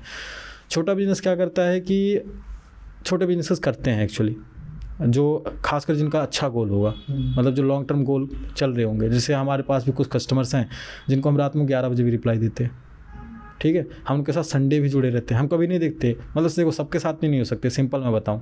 हमें भी लगता है कि ये कस्टमर हमारे लिए लॉन्ग टर्म में प्रॉफिटेबल है, इसका जो है विजन अच्छा है, इसकी मेंटालिटी अच्छी है, ठीक है, ये हमारी उस एफर्ट को समझता है, तो हम उसके साथ बिल्कुल, हम 12 भी बज रहा होगा तो हम नहीं देखते कि 12 बज रहा है रात के, हम नहीं देखते कि आज संडे है, ठीक है।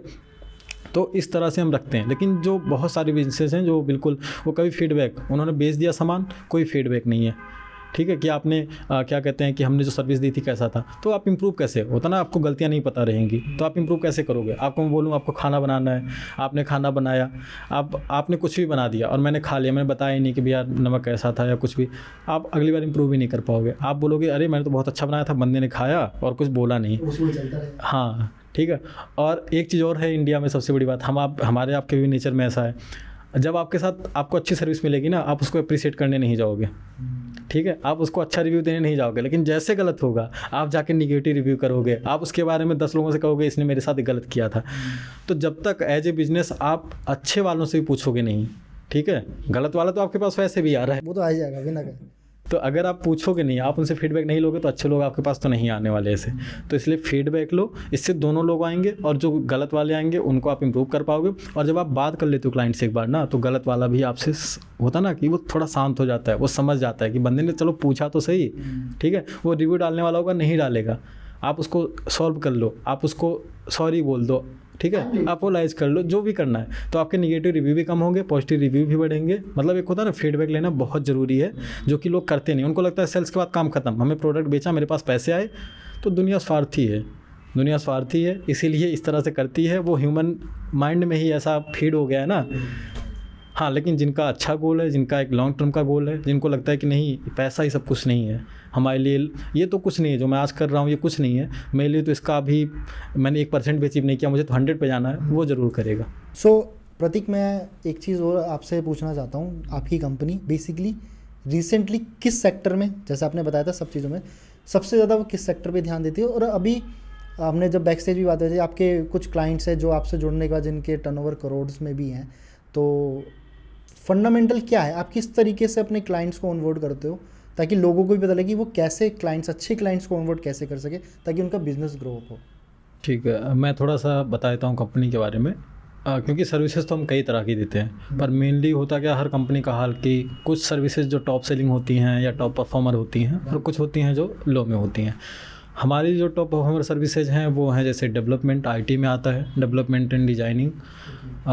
ई कॉमर्स हमारा सबसे बड़ा है।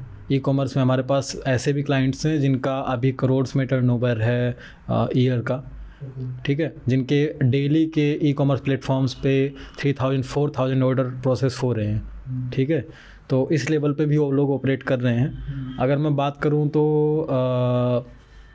अभी अगर आप दिल्ली एनसीआर में लॉन्जरीज का अगर आप नाम लेते हो, लॉन्जरीज सेक्टर का, तो जितने भी बड़े मैन्युफैक्चरर हैं अब वो क्लाइंट्स हैं, ठीक है। और अगर मैं डेवलपमेंट सेक्टर वगैरह की बात करूं तो हमारे पास कुछ इंस्टीट्यूशनल क्लाइंट्स जैसे आईआईटी धारवाड़ के लिए हमने काम किया। आईआईटी धारवाड़, हाँ, अभी काम चल भी रहा है। आईआईटी खड़गपुर, इस तरह के क्लाइंट्स हैं। इसके अलावा 25-26 अलग कंट्रीज़ में भी हमारे कस्टमर्स हैं, ठीक है। तो होता क्या है कि मल्टी चैनल्स हमने क्रिएट कर रखे हैं, चाहे वो हमारा ऑफलाइन हो, ऑनलाइन हो, या कहीं पर कोलैबोरेशन, पार्टनरशिप। प्लस हमारा काम अच्छा है तो रेफरेंसेज हमारे बहुत अच्छे आते हैं, रेफरेंस से काम अच्छा आता है। जो अच्छा मीन कि not in number of quantity, अच्छा मीन कि अच्छे लोग आते हैं जो हमारे साथ लॉन्ग टर्म चलते हैं, ठीक है। तो ये कुछ हमारे जो नंबर्स हैं कि लोग अभी करोड़ों में कर रहे हैं। हमारे पास ऐसे छोटे लोग भी हैं। मैं आपको एक स्टोरी बताना चाहूँगा। एक हमारा क्लाइंट था, मैं 2 साल पहले की बात बता रहा हूँ। सो ही स्टार्टेड लाइक ट्रांसपोर्ट का बिज़नेस उसने स्टार्ट किया। उसके पास एक छोटी गाड़ी थी जो हमारा छोटा हाथी या कुछ ऐसा बोलते हैं, ठीक है। सो हमने उसको डिजिटल सर्विसेज दी, हमने उसको गूगल पर इंडेक्स वगैरह किया सारी चीज़ें, और कुछ ही महीने बाद उसने बड़ी शायद 18 फीट की गाड़ी ली और मुझे बोला कि सर आप आना ज़रूर, हम गाड़ी लेने, ठीक है। मेरा काम अच्छा काफ़ी चला। तो इस तरह से स्टोरीज़ कई सारी, मतलब ये तो एक जो मुझे अभी याद आ गई। इस तरह से कई स्टोरीज़ हैं जिनको बेनिफिट मिला है, ठीक है, जिन्होंने, तो अच्छा लगता है कि चलो हमारे थ्रू, जबकि हम होता ना कि हमने बहुत छोटे, ऐसा नहीं कि हमने उसको बहुत बड़ी सर्विस दी थी, बहुत ज़्यादा चार्ज करके नहीं, बहुत छोटी सर्विस दी थी, पर हाँ उससे भी उसका फ़ायदा हुआ, ठीक है। और आज भी वो काम कर रहा है। इवन उसका हम पूरा बिजनेस कंप्लायंस, जीएसटी तक हम ही करते हैं उसका, ठीक है। जीएसटी हो गया, वेबसाइट मैनेजमेंट, सारा कुछ हम ही करते हैं। और इवन वो आज उसके पास 2 गाड़ियाँ वो काम कर रहा है अपना, आगे चल के हो सकता है तीसरी भी लेकर। तो ऐसे ऐसे क्लाइंट हैं हमारे पास जिनको हमने जीरो से उठा के और वहाँ पर किया, और बड़े जो चल रहे हैं वो तो चल ही रहे हैं। अब बात करते हैं कि हाँ, क्लाइंट ऑनबोर्डिंग की किस तरह से आप क्लाइंट को अप्रोच कर सकते हो। मतलब कि क्या कुछ ऐसे प्लेटफॉर्म है, हाँ, या लीड जनरेशन चला रहे हैं तो किस तरीके की लीड जनरेशन चलानी चाहिए? हाँ, हमें सबसे जो इम्पोर्टेंट चीज़ है जो होनी चाहिए, आपको पता होना चाहिए आपको अपने बिजनेस में कौन सा क्लाइंट ऑनबोर्ड करना है। हर किसी को ऑनबोर्ड नहीं कर सकते, बिल्कुल, क्योंकि समटाइम वो अच्छा भी हो सकता है, बुरा भी।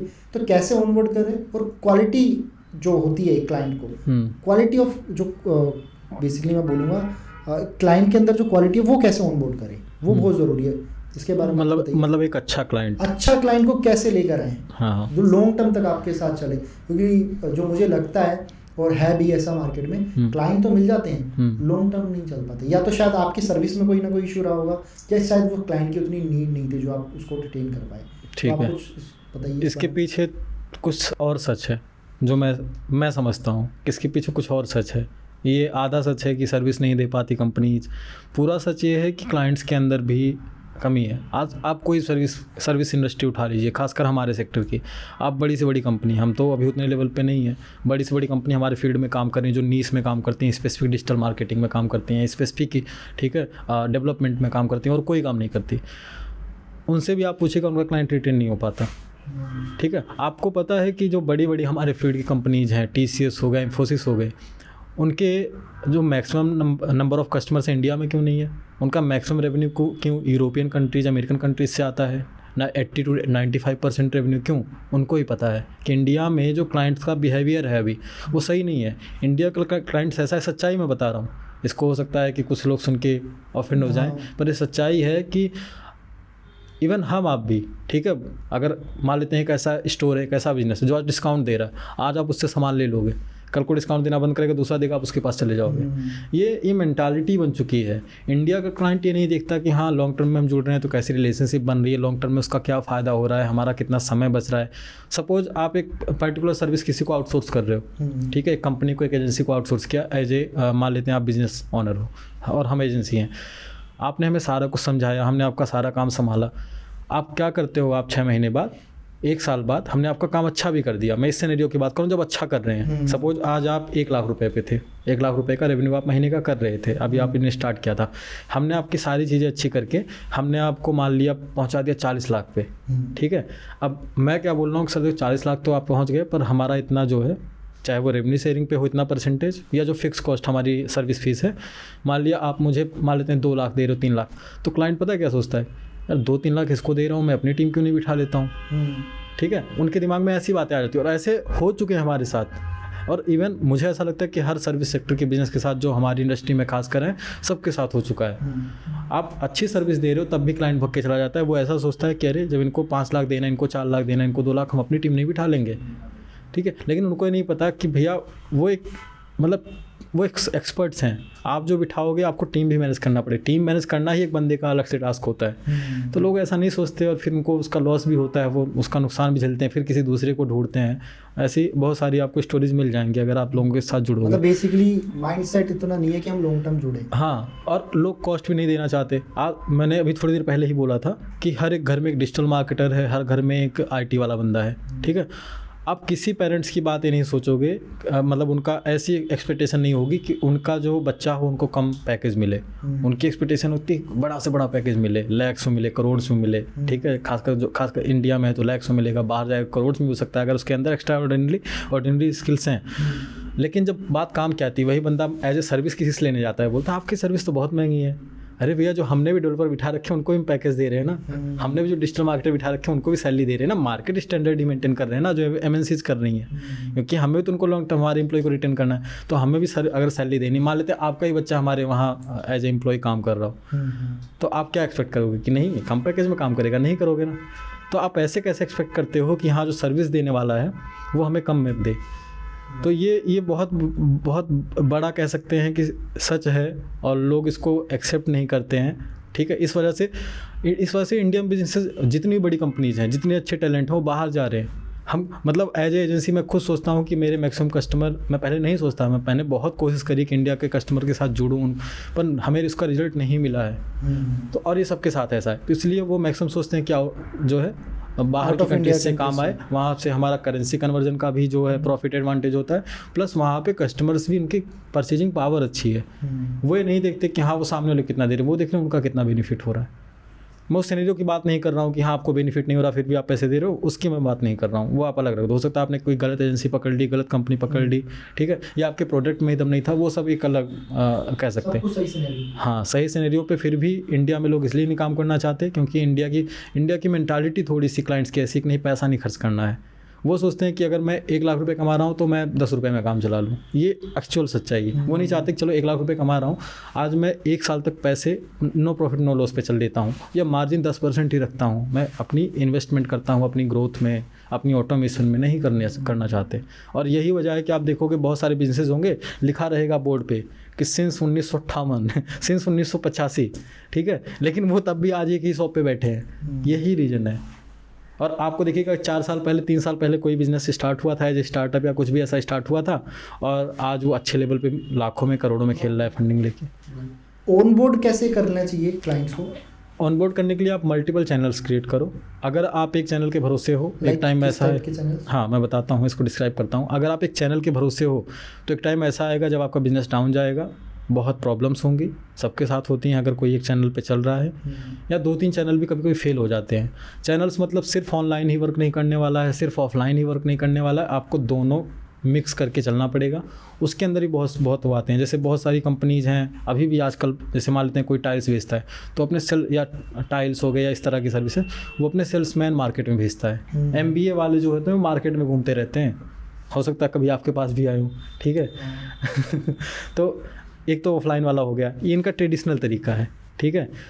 ऑनलाइन में क्या होता है कि आप एडवर्टाइजिंग करते हो, बहुत सारे प्लेटफॉर्म्स हैं मेनली, जैसे मेटा हो गया, मेटा के अंदर फेसबुक, इंस्टाग्राम आता है, गूगल एडवर्ड हो गया, या इसके अलावा भी बहुत सारे चैनल्स हैं, जैसे यूथ्स को करना है स्नैपचैट हो गया, वहाँ भी एडवर्टाइजिंग चल रही है। शेयर चैट जो कि इंडियन कंपनी है, वहाँ भी एडवर्टाइजिंग के थ्रू ही चल रहे हैं वो, पर अभी लॉस में चल रहे हैं। एडवर्टाइजिंग हर जगह आ गई है, आप ई-कॉमर्स पे भी जा रहे हो, अमेजोन पे जा रहे हो, फ्लिपकार्ट पे जा रहे हो, मीशो पे जा रहे हो, वहाँ भी उन्होंने एडवर्टाइजिंग निकाल दिया, ठीक है। तो आप ये चैनल्स भी यूज़ कर लेते हो, डिपेंड करता है आपका क्या है, प्रोडक्ट है, सर्विस है, ठीक है। प्लस हर एक इंडस्ट्री में कुछ ना कुछ ऐसे एग्रीगेटर्स या मार्केट प्लेसेज हैं, ठीक है। जैसे कि मैं अपनी बताऊँ तो एक कंपनी है विक्स। अब विक्स एक बहुत बड़ी कंपनी है, इजराइल की कंपनी है, अमेरिकन नैस्डॉक एग्जैक्टली नैस्डॉक पे लिस्टेड है, तो हम उसके ऑफिशियल पार्टनर भी हैं, ठीक है। उसके और भी पार्टनर्स हैं, ऐसा नहीं हम अकेले हैं। एक्चुअली विक्स का कोई इंडिया में सपोर्ट नहीं है, सपोर्ट सिस्टम इंडिया में कोई नहीं है, उनका सिर्फ एक ही है अमेरिका में, सिलिकॉन वैली में शायद उनका जो है। तो हम क्या करते हैं एज ए पार्टनर, वो हमें लीड्स देते हैं, नॉट फ्रॉम ओनली इंडिया, वो पूरे जितने भी स्पीकिंग कंट्री, सपोज मैं इंग्लिश जानता हूँ तो इंग्लिश स्पीकिंग कंट्रीज से मुझे सारे लीड्स मिलते हैं, ठीक है। मैं चाहूँगा कि मुझे फ्रेंच वाली भी चाहिए, मैं चाहूँगा मुझे अदर लैंग्वेज की, तो मुझे वो भी मिलेंगे। तो हम क्या करते हैं कि एज ए उनको सर्विस देते हैं कि हम मान लेते हैं विक्स से रिलेटेड कोई भी क्वेरीज है तो हम कस्टमर्स को उसको क्लैरिफाई करते हैं, उनको सॉल्व करते हैं, और उसके बदले विक्स हमें लीड्स देती है, हम विक्स का प्लान परचेज करवाते हैं, तो विक्स का फ़ायदा। तो एक कह सकते हैं यहाँ पर एक पार्टनरशिप मॉडल चल रहा है। विक्स हैंडल नहीं कर सकती ये मिलियन बिलियंस ऑफ कस्टमर्स को, तो उसने पार्टनर्स बना लिया हमारे जैसे लोगों को, तो हमें भी फ़ायदा हुआ, उसका भी फ़ायदा हुआ, ठीक है। तो इस तरह से हर एक फील्ड में अलग अलग एग्रीगेटर या बड़ी बड़ी कंपनीज़ हैं, आप उनके साथ जुड़ो, आप उनके प्लेटफॉर्म पे लिस्टेड हो जाओ, तो वहाँ से भी आपका जो है कुछ ना कुछ लीड्स आती रहेंगी। इसमें बहुत सारे लोग गलत फ़ायदा भी उठा रहे हैं। सपोज आप भी क्या करो कि आप भी अपनी एक ऐसी कंपनी बना लो कि मैं एग्रीगेटर हूँ, मैं कनेक्ट कराता हूँ इस बंदे को इस बंदे से, और आप एक बंदे से चार्ज कर लो। मैं आपको पिछले हफ्ते की स्टोरी बता देता हूँ। पिछले हफ्ते एक कॉल आई टीम के पास, कस्टमर जो थे हमारे क्या कहते हैं यहीं तिलक नगर के आसपास के थे, तिलक नगर या डाबरी के आसपास के। टीम ने कहा कि सर एक सर हैं, इनको कुछ काम कराना है और ये डन है, इनसे आप कॉल ट्रांसफ़र हुई। कॉल ट्रांसफ़र होने के बाद जब मैंने कॉल रिसीव करी तो उस बंदे ने कहा कि मेरे साथ ऐसा ऐसा हुआ है कि उसने बताया कि एक कंपनी है, उस कंपनी के बारे में भी उसने मुझे बताया। मैंने फटाफट रिसर्च किया, बोला मैंने उसकी वेबसाइट देखी, मैंने कहा क्या बना रखा है सर ये। मैंने कहा ये तो एक ऐसा बंदा बना देगा जो जस्ट अभी बीटेक करके निकला है, या जिसने बीटेक नहीं डिजिटल मार्केटिंग कहीं से 5-6 महीने कर लिए, वो इतनी घटिया वेबसाइट बना देगा जिसको एक भी वेबसाइट का एक्सपीरियंस नहीं है। ये बना रखा है, इसमें आपके SSL नहीं लगा हुआ है, इसकी स्ट्रक्चरिंग अच्छी नहीं है, बहुत सारे टूल्स आते हैं जिसको हम चेक कर सकते हैं। अगर मैं देख के as a user point of view से देखूँ तो इसका UI अच्छा नहीं है, यूज़र इंटरफेस, ठीक है। मतलब होता है ना, यूज़र मैं क्या चाहूँगा एक अच्छा सा इंटरफेस हो। आप सपोज ऑफलाइन दुकान है, एक दुकान पे जाओ जहाँ पर सारी चीज़ें बिखरी पड़ी हुई हों, आप वहाँ नहीं जाओगे। जहाँ बहुत अच्छे तरीके से डेकोरेटेड होगी सारी चीज़ें, आप वहाँ घुसोगे, अच्छा एम्बियंस फील होगा। तो वैसे वेबसाइट भी, और वेबसाइट आपकी ऑनलाइन दुकान है, सिंपल अगर शब्दों में बोलें तो बहुत ख़राब बना रखी थी। तो मैंने कहा, बोला ठीक है, मुझे अगर सही कराना है क्या होगा। मैंने कहा सर ये कॉस्ट आएगी। बोला रियली आप सही बोल रहे हो। मैंने कहा हाँ सही बोल रहा हूँ। बोला इसके अलावा कोई एडिशनल? मैंने कहा कोई एडिशनल चार्ज नहीं है, ठीक है। बोला मैं तो लुट गया। मैंने कहा क्या हुआ? बोला कि सर इन्होंने मेरे से इतना ले लिया और ये मैं 2 साल से चला रहा हूँ, अब वो मेरे से रिन्यूअल का 42,000 मांग रहे हैं ईयरली जो होता है रिन्यूअल का। पता है वर्डप्रेस वेबसाइट का। मैं वो ही बता रहा हूँ, अगर कोई देख रहा होगा जो रखता है नॉलेज वेबसाइट्स की, मार्केटिंग, ठीक है। और रिन्यूअल में क्या लगता है, रिन्यूअल में क्या होस्टिंग होगी ज़्यादा से ज़्यादा, और क्या होगा? हाँ, कितने ठीक की है। होती है? 2-3 हज़ार रुपये की hosting एग्जैक्टली होगी। मान लेते हैं आपके पास बहुत सारे प्रोडक्ट्स हैं, आपको एक डेडिकेटेड एक होस्टिंग बिजनेस होस्टिंग दे दी तो ज़्यादा से ज़्यादा क्या 10,000 रुपये 10,000 जाएगा, होगा बस। ठीक है। लेकिन वो डेडिकेटेड भी नहीं तो शेयर्ड होस्टिंग थी तो और 3-4 हज़ार। Like they are asking 42,000। और मैंने जो उसको कॉस्ट बताई थी न्यू वेबसाइट की वर्डप्रेस की, वो उसके भी अंदर थी। हाँ, ये सब कुछ बना के हम होस्टिंग करके लाइव। एग्जैक्टली न्यू वेबसाइट की। तो उसने कहा सर तो ऐसा हो गया, चलो हम यहाँ से वो करके और सारा कुछ करते हैं। यहाँ तक तो बात ठीक थी। इसके बाद बात क्या हुई कि मैंने कहा, बोला कि सर हमने एक और चीज़ ले रखी थी। मैंने कहा क्या? बोला आप वेबसाइट में नीचे देखो लिखा है कि मतलब पार्टनर्ड बाय या ऐसा कुछ करके एसोसिएटेड विथ दिस कंपनी, और उसने कुछ नाम रख दिया था एक्सपोर्ट करके, एक्सपोर्ट और उसके आगे कुछ लगा दिया था। ठीक है, आप कुछ भी नाम रख लो। और इसका उन्होंने मुझे सब्सक्रिप्शन दिया है, वो 1 लाख रुपीज़ का है। ठीक है, मैंने कहा अच्छा इसका तो मैंने आज तक नाम, सपोज आप इंडिया मार्ट बोलो, आप मेरे को जस्ट डायल बोलो तो मैं समझूंगा कि चलो इनके सब्सक्रिप्शन, क्योंकि इनके पास ऑडियंस है। ये कौन सी कंपनी, आज तक मैंने इसका सुना भी नहीं, मैं इसी फील्ड में काम कर रहा हूँ। मैंने जाकर रिसर्च किया, मैंने कहा 2 मिनट आपके पास टाइम है? बोला हाँ है। यही होता है सेल करना या हेल्प करना। ठीक है, मैं गया, मैंने रिसर्च किया, मैं देखा सर इस कंपनी के तो खुद के 21 फॉलोअर हैं फेसबुक पेज पे। अगर एक्चुअली इसके पास ऑडियंस होती, आप जस्ट डाल जाके देख लो, आप इंडिया मार्ट जाके देख लो, आप सुलेखा जाके देख लो, ट्रेड इंडिया कितने सारे हैं, इंडिया देख लो, इनके खुद 21 फॉलोअर हैं, इनके पोस्ट पे 1 लाइक्स तक नहीं है। ठीक है, फिर और भी इनके रिजल्ट्स देख लो, इनके रिजल्ट तक गूगल पे नहीं है। इनकी एक वेबसाइट का रिजल्ट आ रहा है, सोशल मीडिया पर कोई रिजल्ट तक नहीं आ रहा है, कहीं इनके आर्टिकल्स नहीं हैं। ठीक है, इनकी वेबसाइट जाके देखो सर, ये तो इन्होंने एक टेम्पलेट उठा के और उन्होंने बस थोड़ा सा इंटरफेस ऐसा बना दिया कि आपको लगता है कि हाँ ये कैटेगरी बना दी है और B2B वालों को कनेक्ट करते हैं। बोले सर ये तो मेरे साथ, मैंने कहा छोड़ो, हो गया। और इस तरह से लोग हैं जो मार्केट में फ्रॉड कर रहे हैं। ठीक है, तो आप जुड़ो पर ऐसे लोगों से मत जुड़ो, आप जुड़ो अच्छे। और मैं कहता हूँ कि जो बड़ी बड़ी कंपनी, जैसे बहुत लोग हमारे पास ऐसे भी आते हैं, सर मैंने जस्ट डायल का पैकेज लिया था पर अच्छा नहीं काम किया, तो सबके लिए नहीं काम करने वाला। ठीक है, मैंने इंडिया मार्ट का पैकेज लिया था, नहीं काम किया, वो जो लीड्स आ रही थी वो अच्छी नहीं थी। तो आप ट्रस्ट एंड ट्रायल कर सकते हो, लेकिन आप ऐसा नहीं कर सकते कि अच्छा वो कंपनीज है डिपेंडिंग सी नहीं हो सकती। हाँ, सबके लिए नहीं है। तो आप ऐसे इस तरह से मल्टीपल चैनल्स ट्राई करो, एग्रीगेटर से जुड़ो, मार्केट प्लेसेस से जुड़ो, ऑनलाइन एडवर्टाइजिंग करो, अपना एक बजट बनाओ फिक्स कि आप अगर एक बिजनेस कर रहे हो आपके ऑपरेटिंग कॉस्ट क्या है। ठीक है, जिसको वर्किंग कैपिटल बोलते हैं, उसके अकॉर्डिंग आप उसको उसमें एक मार्केटिंग का पार्ट निकालो कि मैं ये पर्टिकुलर अमाउंट मार्केटिंग में डालूंगा। अब मार्केटिंग में कहाँ कहाँ डालूंगा, ऑनलाइन डालूंगा तो ऑनलाइन किस किस प्लेटफॉर्म पे डालूंगा। हो सकता है कि कोई सर्विस आप देते हो, कोई प्रोडक्ट आप बेचते हो सकता है मेटा पर चले पर गूगल पे ना आपको अच्छा रिजल्ट मिले। गूगल, क्योंकि गूगल एड चलाना थोड़ा सा महंगा टास्क। जैसे मेरे केस में मेरा जो ऐप है वो मेटा पे ज़्यादा रिजल्ट अच्छा देता है, गूगल पे नहीं। उधर कोई होस्टिंग महंगी है और मुझे वो यूज़र भी नहीं मिल रहे, महंगी है, प्लस वहाँ से आपका कन्वर्जन भी नहीं आएगा, क्योंकि जो आप टारगेट कर रहे हो वो ऑडियंस यूथ की है। यूथ सारी मेटा पे, मतलब इंस्टाग्राम पे भरी पड़ी है, तो वो जो रिजल्ट आपको मेटा पे मिलेगा, इंस्टाग्राम पे मिलेगा, वो गूगल पे नहीं मिलने वाला। तो ये वेरी करता है डिपेंडिंग ऑन कंपनी और उसके ऑफरिंग्स पे। ठीक है, तो ऐसे आप बनाओ कि हाँ आप कौन कौन से, आप हो सकता है मार्केट में सेल्स पर्सन भी घुमाने वाले हो या आप कोल्ड कॉलिंग करने वाले हो, तो कोल्ड कॉलिंग करने वाली की कॉस्ट कितनी है, अगर आप सॉफ्टवेयर यूज़ करो तो कौन सा सॉफ्टवेयर यूज़ कर रहे हो। तो ये सारी कॉस्ट आप कैलकुलेट करो कि मार्केटिंग में आपका मंथली क्या जाने वाला है और उससे आप क्या ROI चाहते हो। अगर हम नॉर्मल भाषा में बात करें तो ROI, अगर हम ऐड की भाषा में बात करें तो ROS।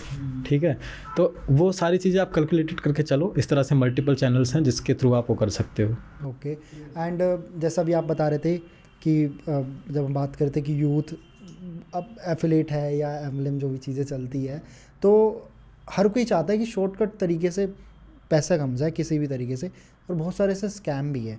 और ख़ासकर मैंने देखा है ये बड़ी बड़ी एजेंसी सबसे ज़्यादा करती हैं, या कुछ नई एजेंसीज आ गई लोगों को जोड़ना, इसके बारे में कुछ आप एक ये भी सच्चाई है कि स्कैम वही करता है जिसके ऊपर लोग ज़्यादा ट्रस्ट करते हैं, मतलब वही ज़्यादा स्कैम बड़ा करता है। सपोज एक ऐसा पर्सन जिसको कोई जानता नहीं, वो कितने के साथ कर पाएगा, 1-2 के साथ कर लेगा बस। लेकिन जो जिनका मतलब जिसके ऊपर ज़्यादा लोगों का ट्रस्ट है वो ज़्यादा बड़ा स्कैम करता है। ठीक है, और ऐसे मार्केट में बहुत सारे लोग पड़े हैं। ठीक है, रिसेंटली अभी आपको पता होगा कि एक जस्ट अभी एक इंसिडेंट हुआ है। ठीक है, हर कोई उससे वाकिफ़ होगा कि जिस पे लोग ज़्यादा ट्रस्ट करते थे उसने ज़्यादा बड़ा स्कैम किया। ठीक है, बड़ा स्कैम। तो यूथ्स को मैं बोलना चाहूँगा, या कोई भी शॉर्टकट अगर देख रहा है वो, क्योंकि शॉर्टकट सबको चाहिए है, क्योंकि आज की लाइफ स्टाइल क्या हो गई है ना, अच्छे कपड़े, सक्सेस का फॉर्मूला क्या बिठा लिया है, अच्छे कपड़े, अच्छा घर, अच्छी गाड़ी, मतलब वो बना दिया कि नहीं आपको 30 के पहले आपको 4 व्हीलर आपके पास होनी चाहिए। आप 20 में तो आपके पास आईफोन होना चाहिए। आपकी महत्वाकांक्षाएं ही इतनी बना दी गई हैं सोशल मीडिया और एंटरटेनमेंट के थ्रू, हमारे बॉलीवुड के थ्रू जो भी, कि आप सोचते हो यही तो ज़िंदगी है। और जब यही ज़िंदगी है तो आप उसको पाने के लिए किसी भी हद तक जाने के लिए तैयार हो जाते हो, कि चाहे वो गलत भी करना पड़े, पर मुझे ये हासिल करना है। हासिल करो आप, पर आप सही तरीके से हासिल करो ना। मतलब आप गलत वे में जाके किसी का नुकसान करके, ठीक है। और क्या सिर्फ कंपनी स्कैम कर रही नहीं ना, इसमें नॉर्मल इंडिविजुअल लोग इन्वॉल्व हैं। सपोज अगर वो साथ ना दे तो कंपनीज कैसे कर सकती हैं। मैं यूथ को बताऊं, आजकल मैक्सिमम यूथ जिनको शॉर्टकट, जो बिलीव करते हैं शॉर्टकट में, वो MLM से जुड़े हैं। अब उसको एफिलिएट मार्केटिंग बोलेंगे, नेटवर्क मार्केटिंग बोलेंगे, पर एक्चुअल में वो MLM है, ठीक है। आप वहाँ क्या कर रहे हो, एक बार अपनी आत्मा से पूछो अपने कि आप सिर्फ और सिर्फ यही कर रहे हो, किसी की हेल्प नहीं कर रहे हो। उनके स्टेटस पे जाके देखोगे कि ये देखो मैंने इसको इतनी अर्निंग दे दी। अरे क्या अर्निंग दे दी तुमने, कितने लोगों का काटा। अब वो बंदा जिसके पास पहुँच गया ना, वो तो चिपकाएगा किसी न किसी को, ठीक है, वो तो अपनी कॉस्ट निकालेगा ही। तो इस तरह से आप कितना एक टॉक्सिक इन्वायरमेंट बना रहे हो, कितना गलत एक माहौल क्रिएट कर रहे हो जिससे लोगों का नुकसान हो रहा है। आप उसको बोल सकते हो कि नहीं, इससे इकोनॉमी डेवलप हो रही है, ठीक है। आप बोल सकते हो MLM इंडस्ट्री, वहाँ स्टेज पर चढ़ के जो बोलते हैं इतने 1000 करोड़ रुपए की है, ठीक है। आप देखो कि जो गरीब था बंदा, जो अकेला एक इंडिविजुअल, उसने क्या करके 1000 रुपये 10,000 रुपये जुगाड़ करके आपको दिया एक होप में, और फिर क्या हुआ उसके साथ, कुछ नहीं। आपने बोल दिया तुम आगे चिपकाओ, ठीक है, मोए मोए हो गया जो अभी चल रहा है। तो मेरे हिसाब से आप सही वो करो, आप MLM में मेरे हिसाब से मत जाओ। अगर जाना भी हो तो एफिलिएट मार्केटिंग अगर करनी भी है तो बहुत बड़ी बड़ी कंपनीज हैं। अमेजॉन भी एफिलिएट मार्केटिंग करता है, बिल्कुल। फ्लिपकार्ट भी करता है, अब तो कार्ड भी करता है, और बहुत सारी कंपनीज आज करती हैं। जैसे हम होस्टिंग में हैं तो हम बहुत सारी कंपनीज का एफिलिएट मार्केटिंग करते हैं, हम एक सर्टेन परसेंटेज उनसे मिलता है, वो हमारी एक पैसिव इनकम हो सकती है। तो आप सही तरीके से करो, एक्चुअल जिसको नीड होगी वो आपसे ले लेगा और आपको सर्टेन परसेंटेज मिल जाएगा, ठीक है। आप क्या कर रहे हो कि आप इस माइंड सेट से जा रहे हो कि मेरे पास आज अर्निंग नहीं है, मैं स्टूडेंट हूँ, मैं पढ़ाई करता हूँ, मेरे घर से जो पॉकेट मनी मिलती है वो सफिशिएंट नहीं, क्योंकि मुझे लाइफ स्टाइल तो जीनी है वो बंदे वाली जो इन्फ्लुएंसर है। अब इन्फ्लुएंसर है वो तो अपना जो है नाच गा के अपना एक ठीक ठाक पैसा बना ले रहा है। वो शायद वो उसकी कैटेगरी वो कर सकता है, नहीं वो भी नहीं कर सकता, वो भी गलत कर रहा है। वो बेटिंग ऐप प्रमोट करके पैसा बना रहा है, ठीक है? वो भी है, बैटिंग ऐप प्रमोट कर रहे हैं। ठीक है, वो भी गलत करके पैसा बना रहा है, और आप उसकी लाइफ स्टाइल को देख के बोल रहे हो कि नहीं। हम लोगों ने नॉर्मलाइज कर दिया है, बहुत बड़ी दिक्कत, हमने लोग चीज़ों को नॉर्मलाइज कर दिया कि अरे ये करना है, ये किसमें क्या गलत है। वो बंदा कर रहा है इतने बड़े लेवल पे होके, जिसको हमने इन्फ्लुएंसर माना है, वो बंदा कर रहा है, तो मैं करूँगा तो मेरे में क्या गलती है। मैं तो छोटा सा कर रहा हूँ ना, और इससे तो फ़ायदा भी हो रहा है सामने वाला, वो भी किसी न किसी को चिपकाएगा ही। लेकिन आप देखो एंड पर्सन के साथ क्या होगा। आप कभी नेटवर्क मार्केटिंग में देखोगे कि जो टॉप 1-2% के बंदे होते हैं वही कुछ पैसा बना पाते हैं, टॉप 1 वाले तो ज़्यादा ही बना पाते हैं। उसके बाद जैसे जैसे परसेंटेज गिरता जाता है, जैसे जैसे आप लोअर लेवल पे आते जाते हो, आप पैसा खोते जाते हो, और आपको बहुत सारे लोग ऐसे मिलते हैं कि पैसा खो देते हैं। और ये पता है, लोगों को पता भी है सच्चाई, पर वो क्या करते हैं, आज ये कंपनी आई है, इसने नहीं बना, दूसरी कंपनी आई, इसमें मैं टॉप पे आ जाऊंगा तो इसमें मैं पैसा बना लूंगा, इसमें मैं टॉप पे आ जाऊंगा, इसमें पैसा बना लूंगा। एग्जैक्टली। तो शॉर्टकट नाम की कोई चीज़ नहीं होती। आपको ये बात दिमाग में बिठा लेनी है। अगर आपने मान लिया 2-4 लाख रुपए किसी कंपनी से कमा भी लिए, 2-4 लाख रुपए से आपकी ज़िंदगी नहीं चलने वाली।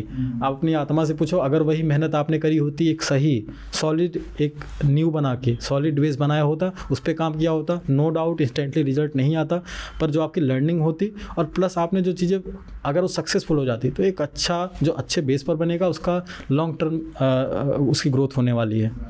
सो अभी पॉडकास्ट ख़त्म करने से पहले बस मैं आपसे चाहूँगा कोई भी 2-4 लाइन जो आप बोलना चाहते हो हमारे व्यूअर्स या लिसनर को, कुछ भी जो आप अपनी लाइफ का कुछ भी चाह, या कुछ भी ऐसी चीज़ जो आपको लगता है शेयर करनी चाहिए हमारे व्यूअर्स और लिसनर को। आपके व्यूअर्स लिसनर्स मेनली क्या यूथ्स हैं या सभी हैं देखने वाले, कोई भी जो आपको लगता है कि आप शेयर कर सकते हो, कुछ भी चीज़ आप शेयर करना चाहो कर सकते हो। ओके, देखो मैं सिंपल ये कहूँगा, कुछ भी बनने से पहले एक अच्छा इंसान बनो, वो बहुत ज़्यादा ज़रूरी है, क्योंकि उसमें कंपटीशन भी कम है, ठीक है। हर कोई नहीं बन सकता, और बनना बहुत मुश्किल भी है।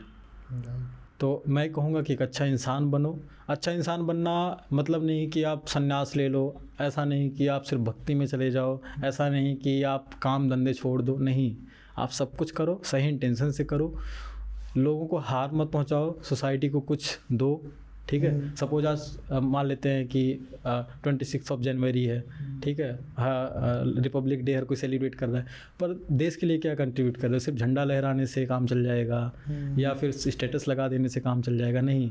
आप कूड़ा करते हो, क्या आपने कभी ऐसा किया है कि आपने कुछ खाया पिया और वहाँ पर डस्टबिन नहीं थी और आप 2 किलोमीटर उस कूड़े को लेके कहीं अपने बैग में डाल के, अपने पॉकेट में डाल के, जहाँ डस्टबिन थी वहाँ आपने डाला? क्या आपने ऐसा किया? अगर आपने ऐसा किया तो आप बहुत अच्छे रास्ते पे हो, एक अच्छा इंसान बनने के रास्ते पे हो। अगर ऐसा नहीं हो तो प्लीज़ इसको करना स्टार्ट करो। ये एक एग्जाम्पल मैंने दिया। मैं बता, छोटी छोटी चीज़ है जो आपको ठीक करती है। और सबसे बड़ी बात जो होता ना कि जो बहुत बड़ी प्रॉब्लम है और उसी से सारी चीज़ें इंटरकनेक्टेड हैं, चाहे वो बिजनेस हो गया, करियर हो गया, कुछ भी, रिलेशनशिप्स हो गए, वो है हैप्पीनेस।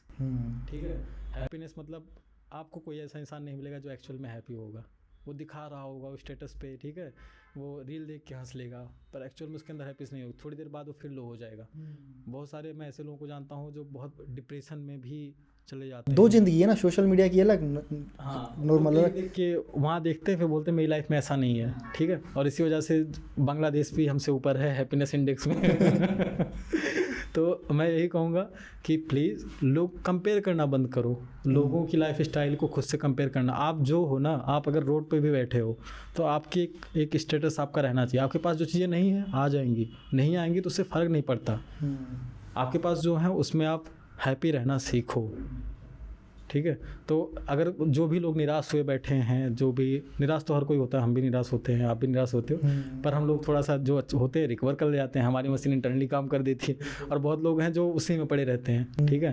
तो कंपैरिजन चलता है ना वो। हाँ, तो आप उस दुनिया से बाहर निकलो। तो एक मैं एक्चुअली कुछ लाइन्स वगैरह भी लिखता हूँ, तो मुझे अभी याद आ गया कि एक लाइन्स मैंने लिखी थी कि पास्ट मतलब भूल जाओ, तो ऐसी कुछ लाइन थी कि चलो एक बार मिलकर हल ढूंढते हैं। हल मतलब रास्ता, सॉल्यूशन, ठीक है। चलो एक बार मिलजुल कर हल ढूंढते हैं, कुछ खुशी मोहब्बत प्यार के पल ढूंढते हैं। चलो एक बार मिलजुल कर हल ढूंढते हैं, कुछ खुशी मोहब्बत प्यार के पल ढूंढते हैं। आज की वजह से निराश होकर मत बैठो, आज की वजह से निराश होकर मत बैठो, आओ साथ में एक सुनहरा सा कल ढूंढते हैं। वाह। तो आज की वजह से परेशान मत हो, आने वाला टाइम अच्छा होगा, ठीक है। नहीं होगा तो कर सकते हैं, नहीं भी होगा ना, जितना होगा वो आपके लिए सफिशिएंट होगा। सो आई होप आपको हमारा ये पॉडकास्ट पसंद आया होगा।